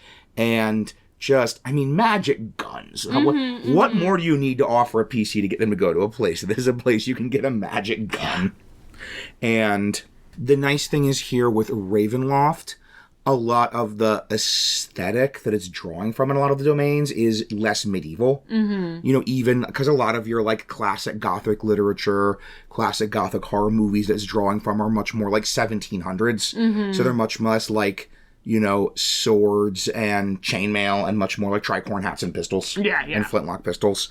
So it doesn't damage the vibe to have your PCs running around Ravenloft with flintlock pistols that shoot magic bullets. And then, kind of the same thing we were talking about last month with Big Hero 6, that, with Big Hero 6, we had the idea that maybe these, weapons are coming out and everything. They're kind of following the trail of the weapons back to San Francisco. Here it can be a similar thing where there are these magical guns and you're following the trail of the magical guns back to the Mononoke Forest. Right. Back to Irontown. And the nice thing is, once again, there's a lot of, using Londinium like we did Radigan's Gang, like we did with Big Hero 6, like, it totally is the vibe that they'd have pistols. Mm-hmm. And the nice thing is this can even be an escalation, because, like, no, these are magic pistols. Mm-hmm. So it could even be stuff like, if you don't want the guns to be a PC weapon, it could be they're cursed, or they're, like, spreading this hate plague, the bullets are doing necrotic damage, just, they find these horrible weapons these gangs are using and need to trace them back to the source, just like, potentially with San Francisco Kyoto. Mm-hmm. There is, in the DMG, it's because, this settings with firearms are sometimes some of the sources of some of your various D&D things. Then there is, in Chapter 5 of the DMG, some rules for firearms. I'll be building on those. And in the write-up on DM's Guild, we'll have a stat block for Lady Eboshi's guns. Mm-hmm. Yeah. And how they're better than the ones in the DMG, than the muskets in the DMG. Because they can kill a god. Yeah. So, once money, nature, caravans, cursed bullets, magic guns brings you to Irontown, what are some kind of stories you could have here in Mononoke Forest? So you're probably going to hit Irontown first. So like once it's more kind of accessible, your reasons for coming are probably going to connect to that. And then, after Irontown, you might go and meet the forest spirits. Maybe if Lady Eboshi tells you this story about how she's this, poor innocent sweetheart. Right, yes. And the forest spirits are attacking you, and you go into the forest and find out that things are a lot more complicated than that. Or if she's telling you the story and your PCs are able to kind of read between the lines and see that it's... Yeah, or seeing Princess Mononoke. And they know that's not what's going on, that they can be going in and trying to get more information. So... that's going to be a big thing. It's kind of getting pulled in, presumably starting with Irontown, finding out what's going on, finding out about this conflict, and trying to stop it from boiling over. Right. Because whether you've met both sides as much as Ashitaka has and care about both sides as much as Ashitaka does, you're going to want it to not boil over. Right. Like, even if there's one side you're specifically... glomming onto, you don't want that side to die in this horrible conflict. Right. As they're preparing for this giant battle, as they're kind of getting ready for the climax of Princess Mononoke, you can stop that. You can be kind of the Ashitaka trying to put a halt to that, except maybe you succeed, because Ashitaka didn't. Everything got real bad. Yeah. There might be an outside threat. We're talking about those undead boars. Right. Maybe you're able to, draw everybody together to be stopping these undead boars, and, they are still hating each other, but they were able to come together for a little bit against this larger threat, and you were able to stop them from, weakening each other so much that the undead boars were able to kill them all. And this could be a great, you're kind of going off in the sunset, and you're like, well, I've sown seeds of a better future. They fought side by side to save both the forest and Irontown from the undead, and they helped each other, and they saw each other fighting with courage, and maybe this could be the roots of a peace in the future. Maybe this could be something that in the future the de-escalates the conflict. And then you ride off in the sunset, and you don't have to worry about the fact that you can't de-escalate the conflict. You can just stop the conflict from further escalating. But one lasting change you might be able to make is convincing somebody to leave. Not Sana or Boshi, obviously, because they're darklords and they're bound to the domain. But maybe you're able to convince, Toki to take Kuroku and go somewhere where she's not going to be drawn into these cycles of violence. Maybe you're probably not going to be able to get the wolves to leave because, they want to stay with their mom. But maybe you're able to get the boars to go home. Right. To just leave and go deeper into the forest. Yeah.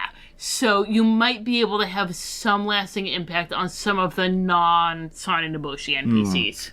And that sometimes the best you can do is help the little people not get crushed by the big people's fighting. Yes. And then if you want to get real dark and just do the full, awful ending of Princess Mononoke, then we've talked about how the forest spirit's been missing for a while. Maybe they figure out how to bring him back, in which case you can do the whole ending. They kill the forest spirit, he goes full Nightwalker mode, he's, full of all this necrotic, negative energy zone, he's manifesting this death zone. You do a boss fight or some kind of ritual to undo it, and then you're trying to save as many people / animals as possible. Yeah, this is great if you want that big epic climax. Yeah. And you want to just do the movie. Big combat. Yeah, big boss fight. And even just you're not de-escalating, you're not, like, making things better, but you are stopping, like, the apocalypse. And, that's pretty good. Yeah. That you stop everyone from dying in the domain. And the nice thing is, I don't believe they've statted up for 5th edition, but in 3rd edition, there was a kind of monster. I think it was even called a Nightwalker. And it was basically a creature from the negative energy plane. And it was, like, just manifested death all around it. It was just a creature that had this negative energy, like, radius, and whose, touch had this horrible negative energy effects. I think it very much was them trying to do the ending of Princess Mononoke as a 3.5 monster. But that's something you could even draw on as an inspiration if you want to have a Nightwalker boss fight. So, that is an idea to get you into Irontown, an idea to do a thing to get you out of Irontown, maybe help some other people get out of Irontown, or out of the Mononoke Forest. But let's say you want to run this game, and you've got a couple of other possibilities, however. And so we always like to start our different possibilities with the aging down and aging up. And I'm looking at the aging down section of the script, and it says don't. It does say don't. Most of the time, we're taking a Disney movie and we're making it darker. But we're not doing that here. This is like, there isn't really, we can always say like, oh, go back to the baseline to make a more kid-friendly version of this Ravenloft domain, of this Ravenloft story. But we can't really do that here. No, because the movie's already rated PG-13. It's very dark. It's specifically not for aging down. Yes, so there's not really a way to do this. And once again, it would, if your 7-year-old, 8-year-old's favorite movie is Princess Mononoke, number one, that's really cool.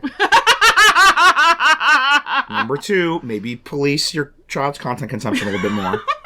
I don't judge other people's parenting choices. But if I did... I kind of am. But if I did, I would. Email us. Let us know why. Let us know why you showed your kid for the Mononoke. We're open. We're open. Yeah. And if this is you, if this is what you're looking for, or even if you're like, you know what, I want to do Princess Mononoke, but I don't want the, like, super dark and moral... I want a simpler story, which, like, okay, that's your game. You can probably guess from my tone, I don't think necessarily that's what I do, but once it's your game, no bad wrong fun. Not Princess Mononoke, but no bad wrong fun. It's your game. Best we can do, because we're a full-service podcast, even for people making terrible decisions, is make Lady Eboshi the Darklord. Like, just go with the kind of original thought we have. Lady Eboshi is the Darklord, San is the good guy, and the people of Irontown are very, very sympathetic, but fundamentally are in the wrong. And you can even have we have to, like, temper San's fire. We have to, like, get the forest spirit not to be so destructive on the regular people. But fundamentally is taking this setting and running kind of that kind of conflict. What about aging up? I feel like there is potential there. Yeah. It's PG-13, not all. Yeah, aging up, it's already pretty aged up. Like, we could age it up all the way to R. That would get pretty grimdark. One of the biggest things with aging up is, I don't think we're going to need to do a skip ahead warning here, because if you're already listening to a Princess Mononoke podcast with their kids in their room, there's something here they can't hear.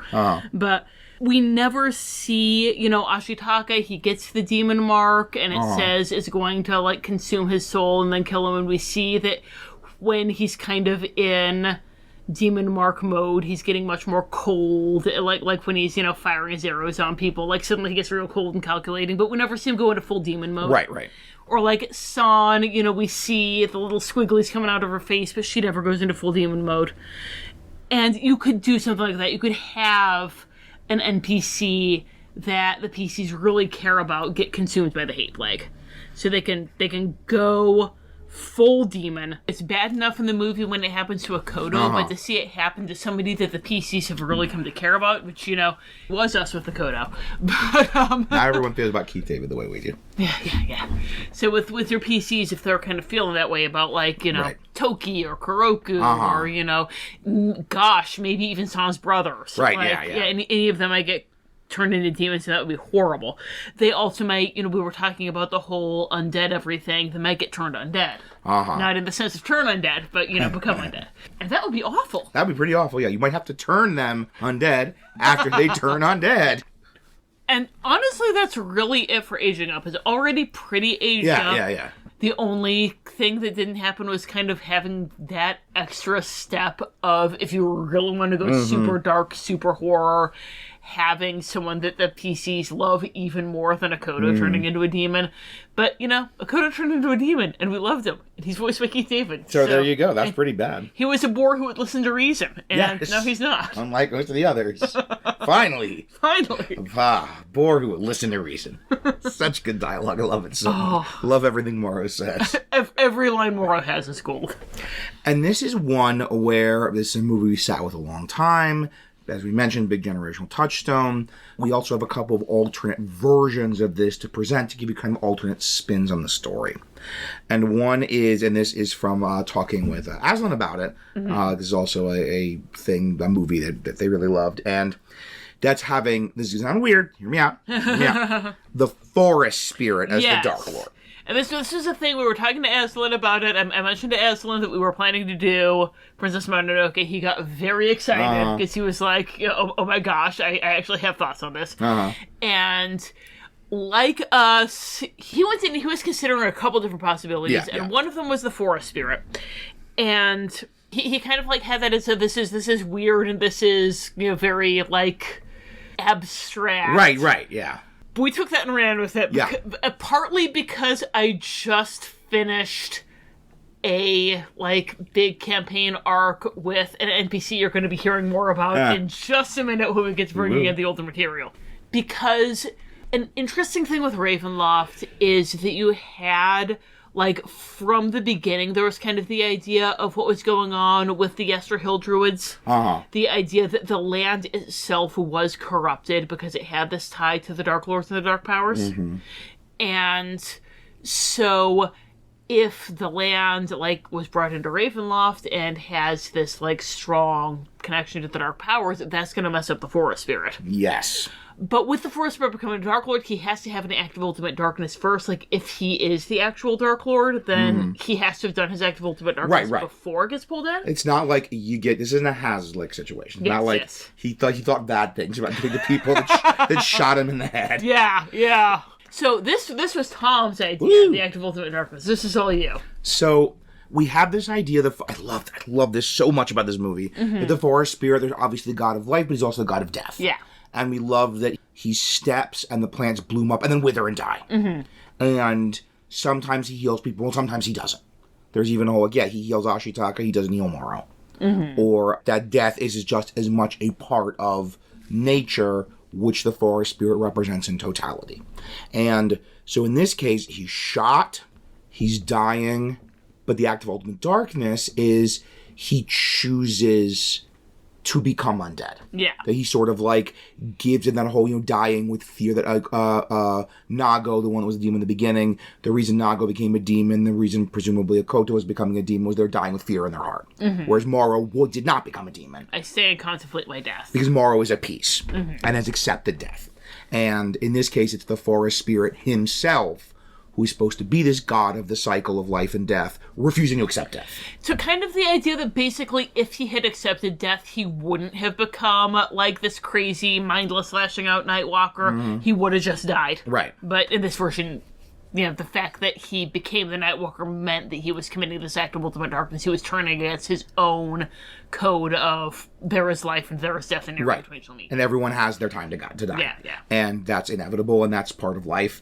And even he's going against his own nature by becoming undead, which once again is sort of this blasphemy against nature. We had it's really easy to obviously have your paladin, cleric, lawful goody types be very undead, but it's also very easy to have your druid types be, again, very strong against the undead. This is a blasphemy against nature.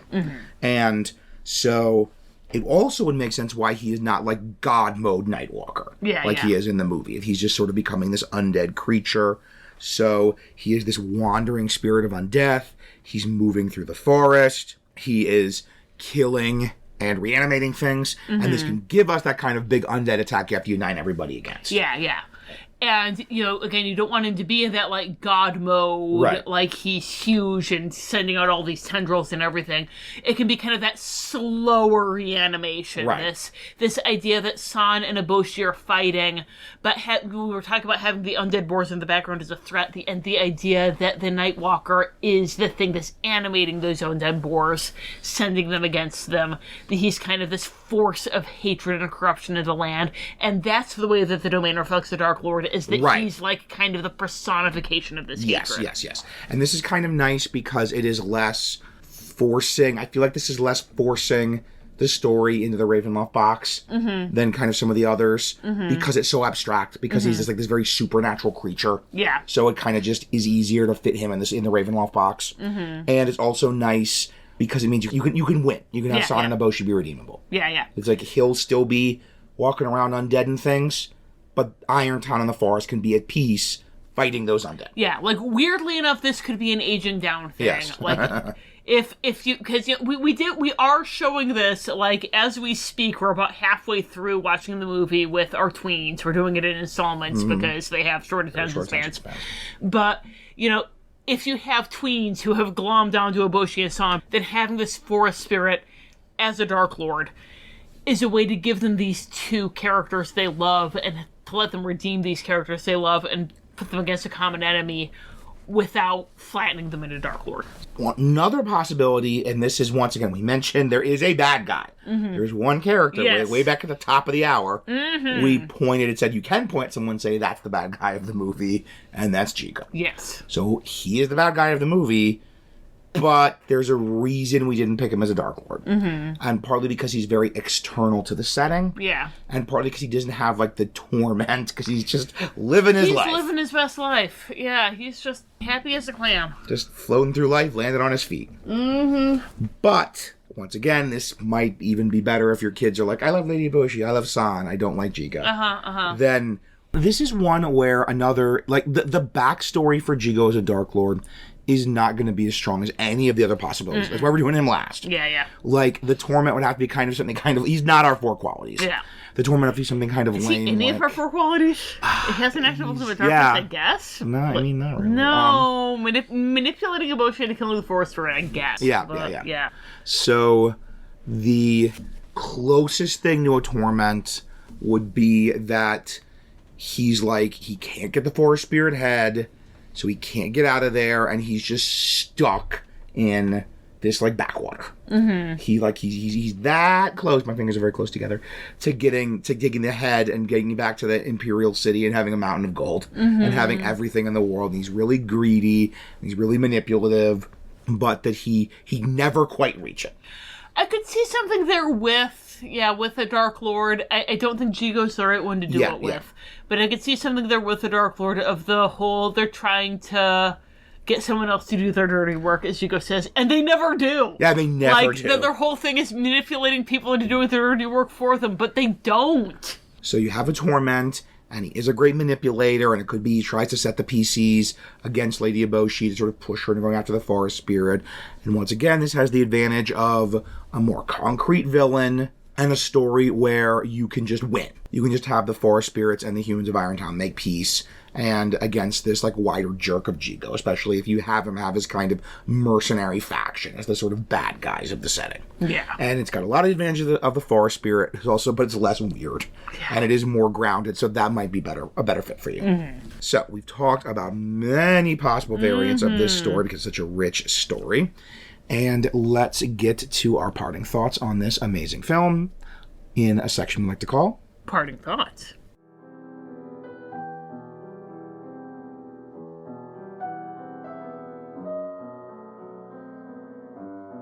Okay, so the first thing I do in parting thoughts is talk about the genre of horror of this story. And written to Ravenloft, it gives these genres of horrors and describes domains manifesting those genres of horror, and talks about how you can then use that to kind of guide you in planning the adventure, picking the monsters, picking the aesthetic signifiers.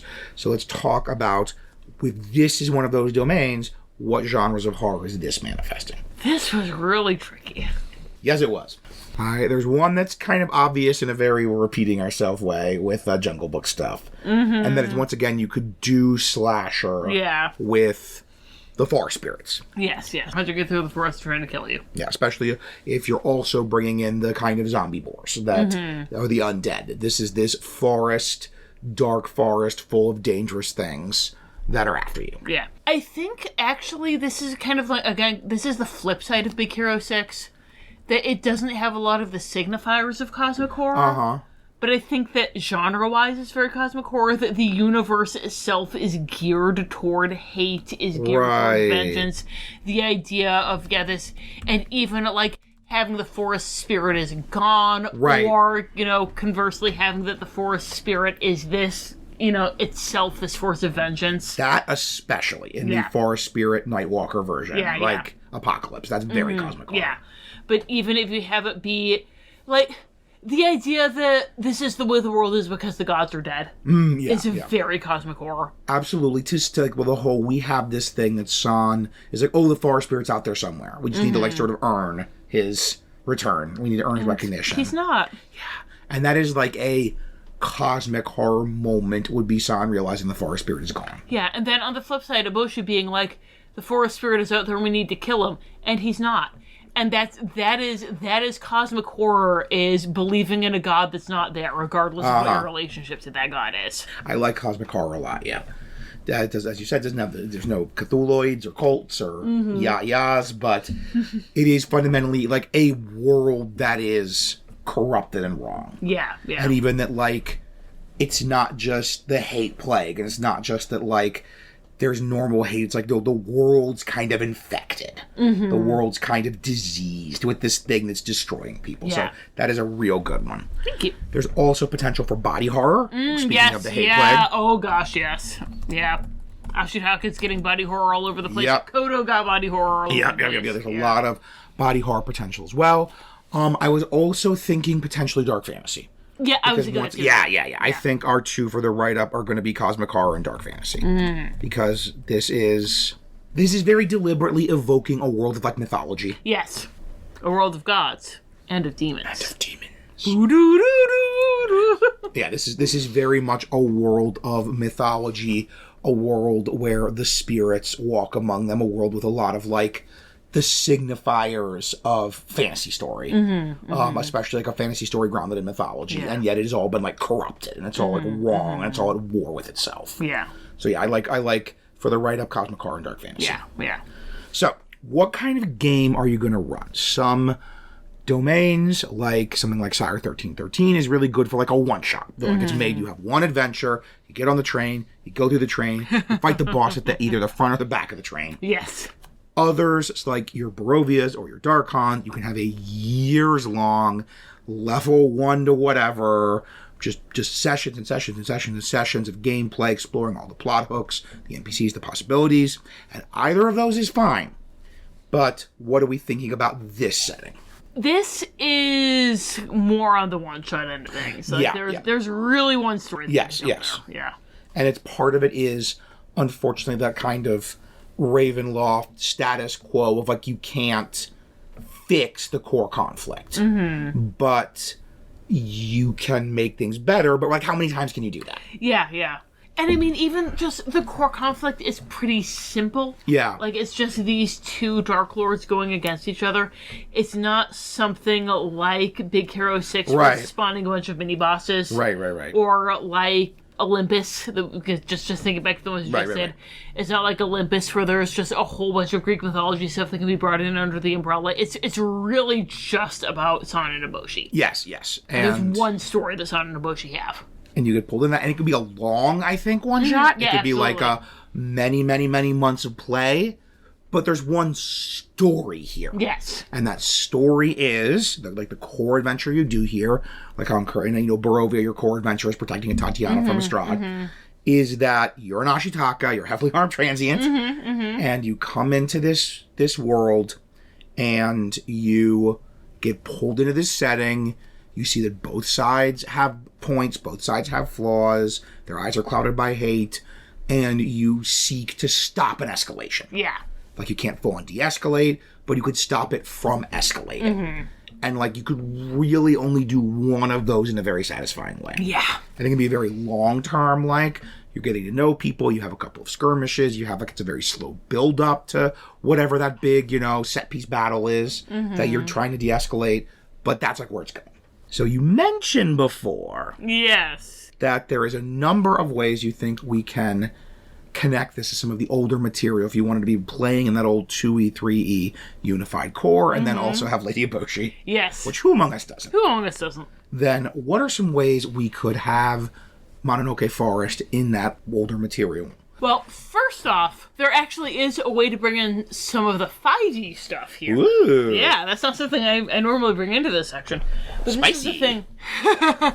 This is the thing you actually mentioned, talking about these, like, dueling factions and everything, and that the whole thing is trying to, like, navigate these two dueling factions, is that in the Kalikari write-up in 5e, that there's all this stuff about, like, how you gain, like, influence and favor with the two different factions. You could really easily port that over into Princess Mononoke. Of the, like, this is when they think that you're totally on Eboshi's side, this is when they think you're totally on San's side, this is when neither of them trust you. Like, here's what the favors you could get when you have a particular amount of reputation. So it's the whole, like, you know, with Kalikari, it's like when you have, like, 10 plus reputation with the Royal Palace faction, you could, like, have a prisoner released. Or you could get them to, you know, halt an attack. Yeah. And once again, all you credited me, but all credit where credit's really due. Once again, it was Aslan who was like, wasn't there this thing in Kalikari, this system? With this reputation I didn't know system. that was Aslan. See, I didn't get to read Aslan's comments because you owned the file, so I didn't see the. So I didn't see the comments. Gotta make you an editor next time. Yes. I'm going to, in the DM's Guild write-up, which we'll link to in the show notes, going to include, like, a chart of, like, here are things to earn the Irontown Trust, here are things to earn reputation points with the Forest Spirits, and then here are things you could, like, do, you kind of spend those reputation points to do. Thank you, Aslan. This is your idea, not Tom's idea. It's your not. Rule. I thought it was Tom's idea. It's yours. Blessed idea liar. By omission. Aslan is not just a great writer of Aslan dialogue, he is a great writer of everything. This could be a nice mechanical subsystem if you really want to play into that navigating the two sides kind of Ashitaka really style. Being in that Ashitaka really place. Ashitaka though. Yeah. So for bringing in the older stuff, first off, we have it in all caps here because it is such a big thing. Falkovnia. Woo! So in the older material, Falkovnia, its whole thing was that Vlad Drakov, there weren't zombies. Right. It was the man's inhumanity to man domain.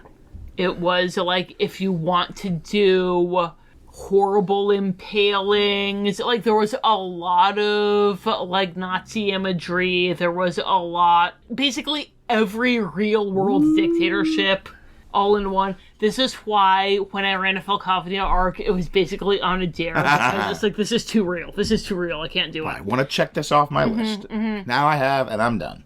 So that was kind of Falkovnia's deal in the old days.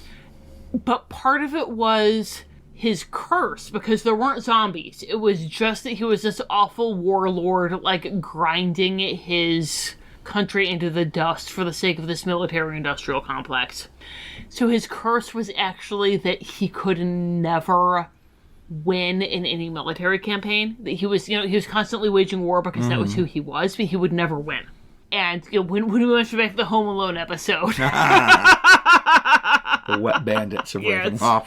The Wet Bandits were the Vlad Drakov of crime, and Kevin was the Aslan. It was because he kept throwing himself at Aslan nonstop, because he wanted to beat Aslan.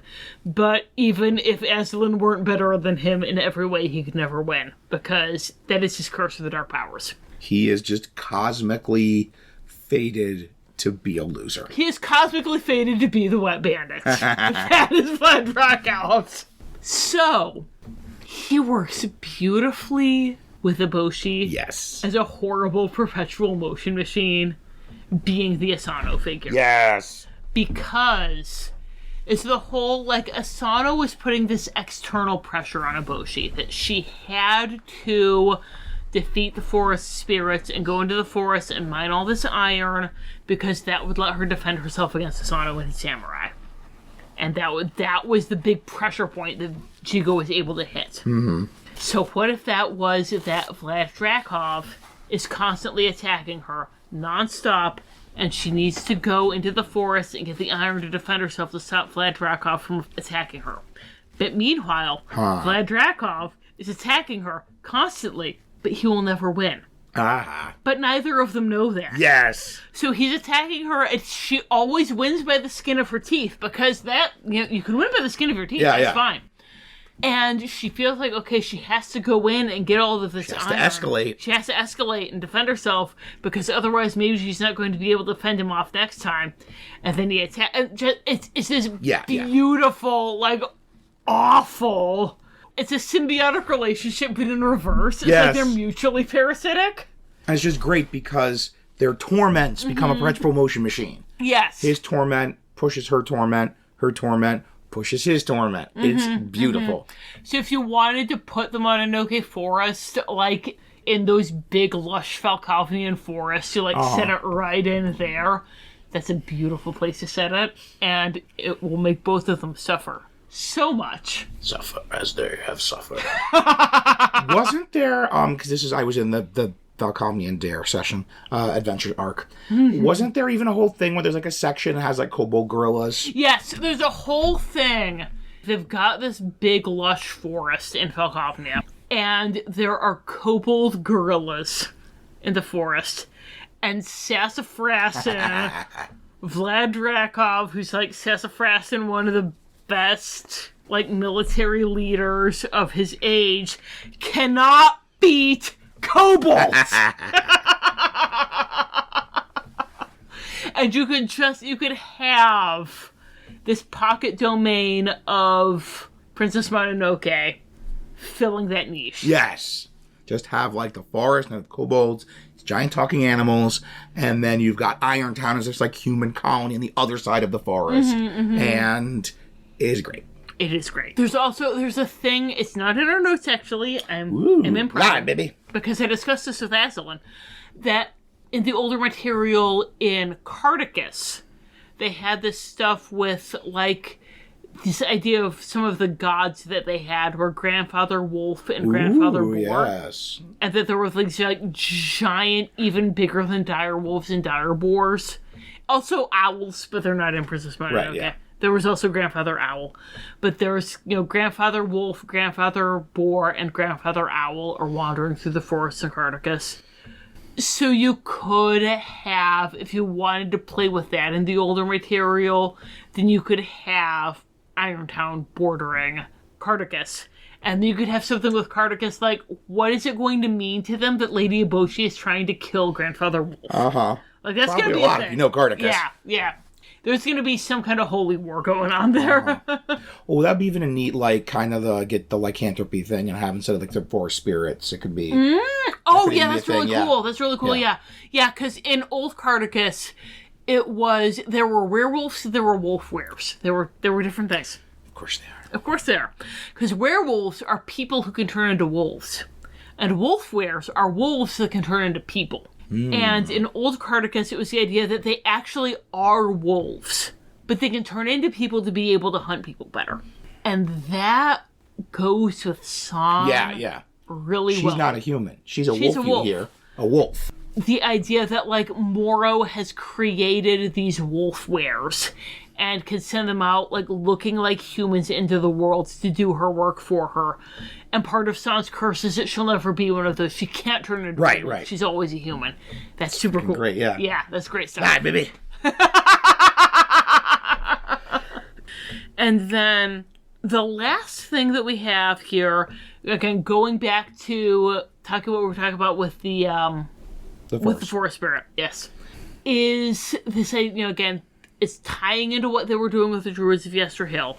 And if you listened to Book Club of Dread and got to the Undead Treant, yes, it's tying into what they do with also Treants in Ravenloft. Number 14 on the random encounter chart that guy was apparently rolling on. But it is this, like, legit, Strahd is the land, ergo Druids should worship Strahd. Right. She's the land. The Dark Powers are the land.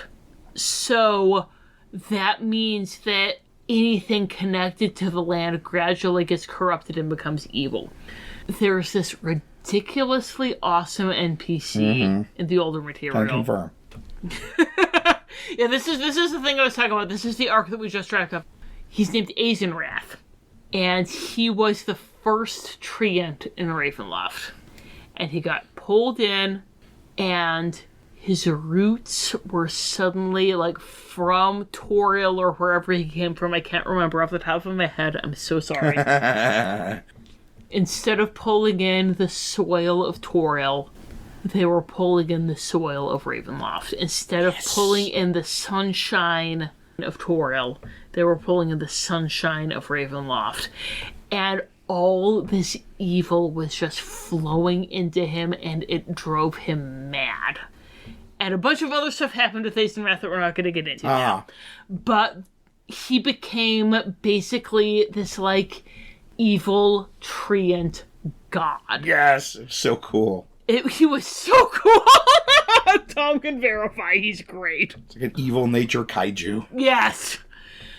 And you can do that with the forest spirit. Or even with the spirits of the forest, like with Akoto, with the boars. Like the idea that these are the spirits that San is trying to mollify. That she can never mollify them because they're pulling in all of this darkness from the land that surrounds them. The land itself is poison. Yeah. That, like, in the greater Ravenloft metaphysic, the druids of Yesterhill are right. Yes. So good. It's so good. It's so good. And that means that possibly all the other spirits are evil? So the last thing I'd like to do before we wrap up is talk about the strengths and challenges of running the Mononoke Forest as a Domain Your Own Ravenloft game. And strength is great. Yay! As always. The movie is a masterpiece, and the great thing is, it's not just a good movie, but it's a good movie that the PCs can enter easily. Because Ashitaka is a very PC-like character. He's, as we said, a heavily armed transient who comes into this pre-existing situation following like a quest line and gets pulled into that situation and tries to help make things better for the people in that situation. And that's very much a D&D adventure. And it's one that can ping off D&D, the typical, the kind of stereotypical adventure of you have like the town, you have the dungeon, which in this case a forest full of monsters, but really do a cool twist on that. Especially if your PCs have not seen Princess Mononoke already. You can really give them some fun plot twists. There is a very simple conflict. The humans in Irontown / humanoids versus the forest spirits in the forest. But it's got all these levels, it's got a couple different twists, a couple different factions.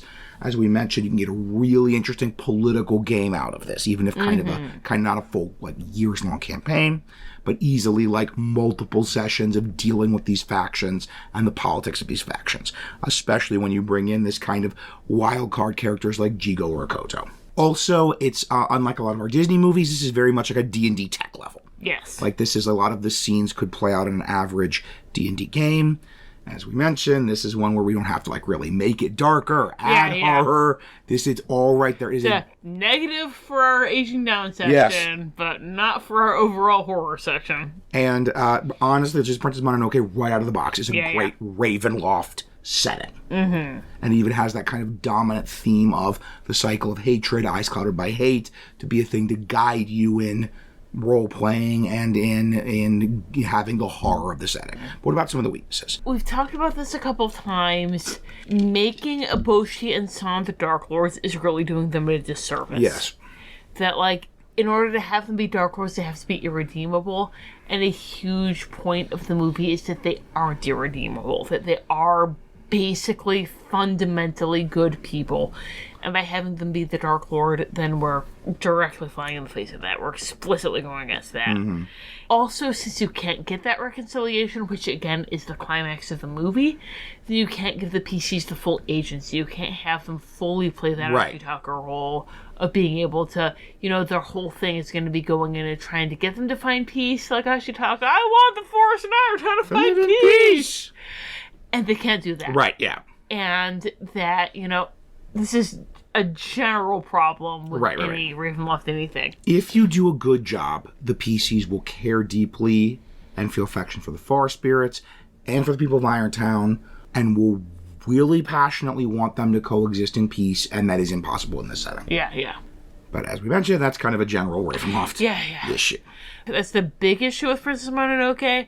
And again, if you wanted to really simplify it and have Eboshi be the Dark Lord and kind of go with more of a Tarzan rather than a Pocahontas, you could do that and have, like, the PC's going, yay, Son! And that's also going against the idea of the movie, but kind of how we felt when we were watching the movie as, teenagers. So, if you wanted to do the Eboshi is the Dark Lord version, then that might be less of a thing. So, before we rejoin our narrator and find out where she's going next, we are going to say a few things about where she's going next, which is, now we said this is the month of misrule. Chaos is reigning. All rule laws are being overturned, but perhaps the reign of chaos will not end the end of this particular month. Yes. So we are planning starting next month and then going into next May. We are planning on having May being reserved for a certain Disney-owned IP that is not animated, but it offers us some really, really good Dark Lords. Yes, potentially fantastic Dark Lords. Yeah. So it's gonna be this specific May going forward set aside for a non-animated Disney IP. Also, next month, we're going to be giving more details at the end of that episode, but over the summer, last summer we were doing a lot of travel. We couldn't do regular episodes in July and August, so we ended up doing bonus episodes. And that kind of set the stage for summer being kind of this season where we did odd stuff. Because Tom really is not comfortable unless we're going off an established precedent. Yes. And now there is one. Rules are rules, honey. I love you so much. As mentioned in previous episodes, Tom is lawful. So, over the summer, we are planning on doing a theme for our episodes that does not fall within the usual Disney animated movies purview. And you're going to be hearing a little bit more about that at the end of our May episode. So, for the time being, May is going to be Disney IP that is not animated movies. And then summer is going to be its own thing. That is, still Disney. Yes. But not animated movies. We have so much we want to do. There are a lot of animated movies we want to do. We're not done. But there's also other stuff we want to do. There's so much good Disney stuff. Yes. And again, this is all Disney stuff. Yes. Like, April is our non-Disney month. Everything else is still Disney, but still there's the Wonderful World of Darklords. much good Disney stuff, guys. There's that does so not fit much. the particular purview of our opening where we say we're converting Disney movies to Ravenloft Domains of Dream. Yes. So, we will hear more about that next month. You get more details of what we're doing with this crazy time of misrule. But before then, if they want to talk about some other, maybe they have a good way for Toki to be Dark Lord, or maybe Toki, they have, some, they want to complain about the fact that we're not doing Disney animated movies, how could they contact us? Well, you can email us at wonderfulworldofdarklords@gmail.com. You can find us on either Tumblr or Facebook at Wonderful World of Darklords. Or you can find us on Patreon at Wonderful World of Darklords. As we've mentioned in the past couple of episodes, it's just Wonderful World of Darklords now. No 651. That's where we are. Eat it, other 650 guys. So, if you like the way that we took this amazing movie and converted it to a cool horror setting for your game, I've taken some other horror movies and converted them to adventures on DM's Guild. If you just look for more by this author from the link to this write-up, or just look for Tom Kohler on the DM's Guild, you can see I've done a couple of horror movies and even a couple of Disney-adjacent, podcast-adjacent properties as well. And going back to our finding us on Patreon, if you join our Patreon, you can get on our Discord, which is where Tom goes looking for people to playtest said properties. So if you want to playtest a horror movie or a Disney movie or anything like that, that's where you go. And if you like our sensitivity to how this isn't really a movie for kids, then we do have a couple of resources on DM's Guild for running like more spooky horror-themed games for younger players. Yes, we do. And then speaking of things for younger people, horror things for younger people, I have a picture book, Mother Ghost, Nursery Rhymes for Little Monsters. It's exactly what it sounds like, 13 classic nursery rhymes, rewritten to be about Halloween. Also, if you go to my website, www.rachelkohler.com, you can find some of my short stories that were written for adults, and a lot of those are available for free online. You can find links to those. I don't think any of them are about cycles of hatred so far, but give it time. Yeah. Maybe it'll be when you check. Only one way to find out. Click and read all of them. Yes. Until next time, until a very unconventional couple of next times, Thank you for listening, and happy gaming.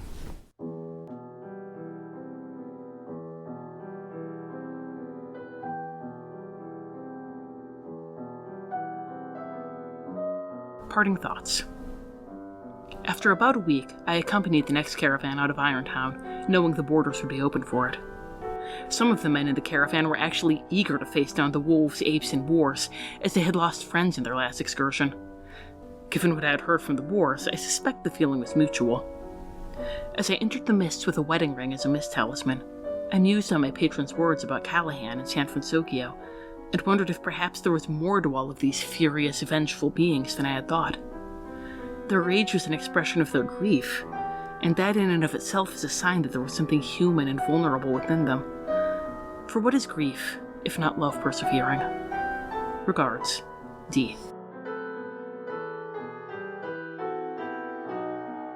Even if the little mercenary managed to get his overreaching hands on one of Lady Eboshi's unique firearms, Drakov shall never obtain success in his military campaigns. A weapon designed to kill a god would only provide him with a minute advantage. After all, a weapon is only as competent as the one who wields it. A pity my servant did not obtain one of these weapons. It would have been an interesting diversion to determine if they are, in fact, capable of the feats Lady Eboshi claims, or if it is simply that the creatures of the forest have a strong aversion to iron.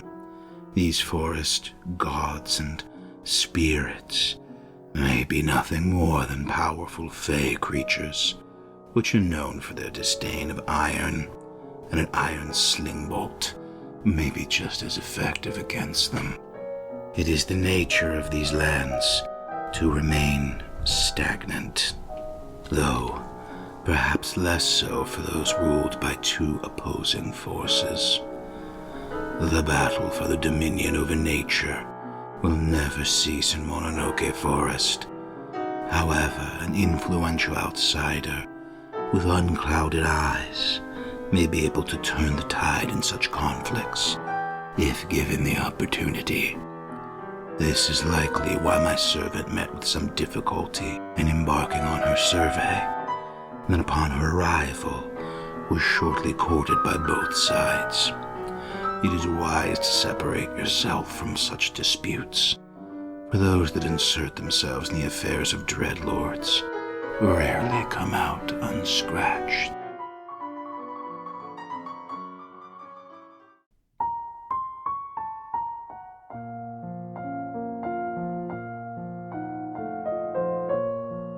This has been The Wonderful World of Darklords. We have no affiliation with Disney or Wizards of the Coast. All music recordings used in this episode are in the public domain and were obtained through museopen.org. Titles and links are in the show notes. Dialogue for Yensid was written by Aslan Rex himself, who you can follow on Tumblr at Darklord Aslan. The Wonderful World of Darklords logo was designed by Haylight Jones. You can find links to their work in the show notes. If you'd like to support the show, look for us on patreon.com or find our tip jar on Red Circle. Thanks for listening.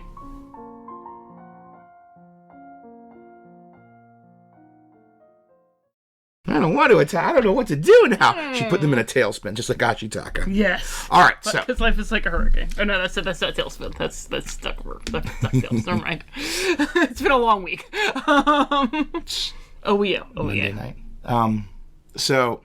I'm still counting last week. You know how my last week was. It was something. So,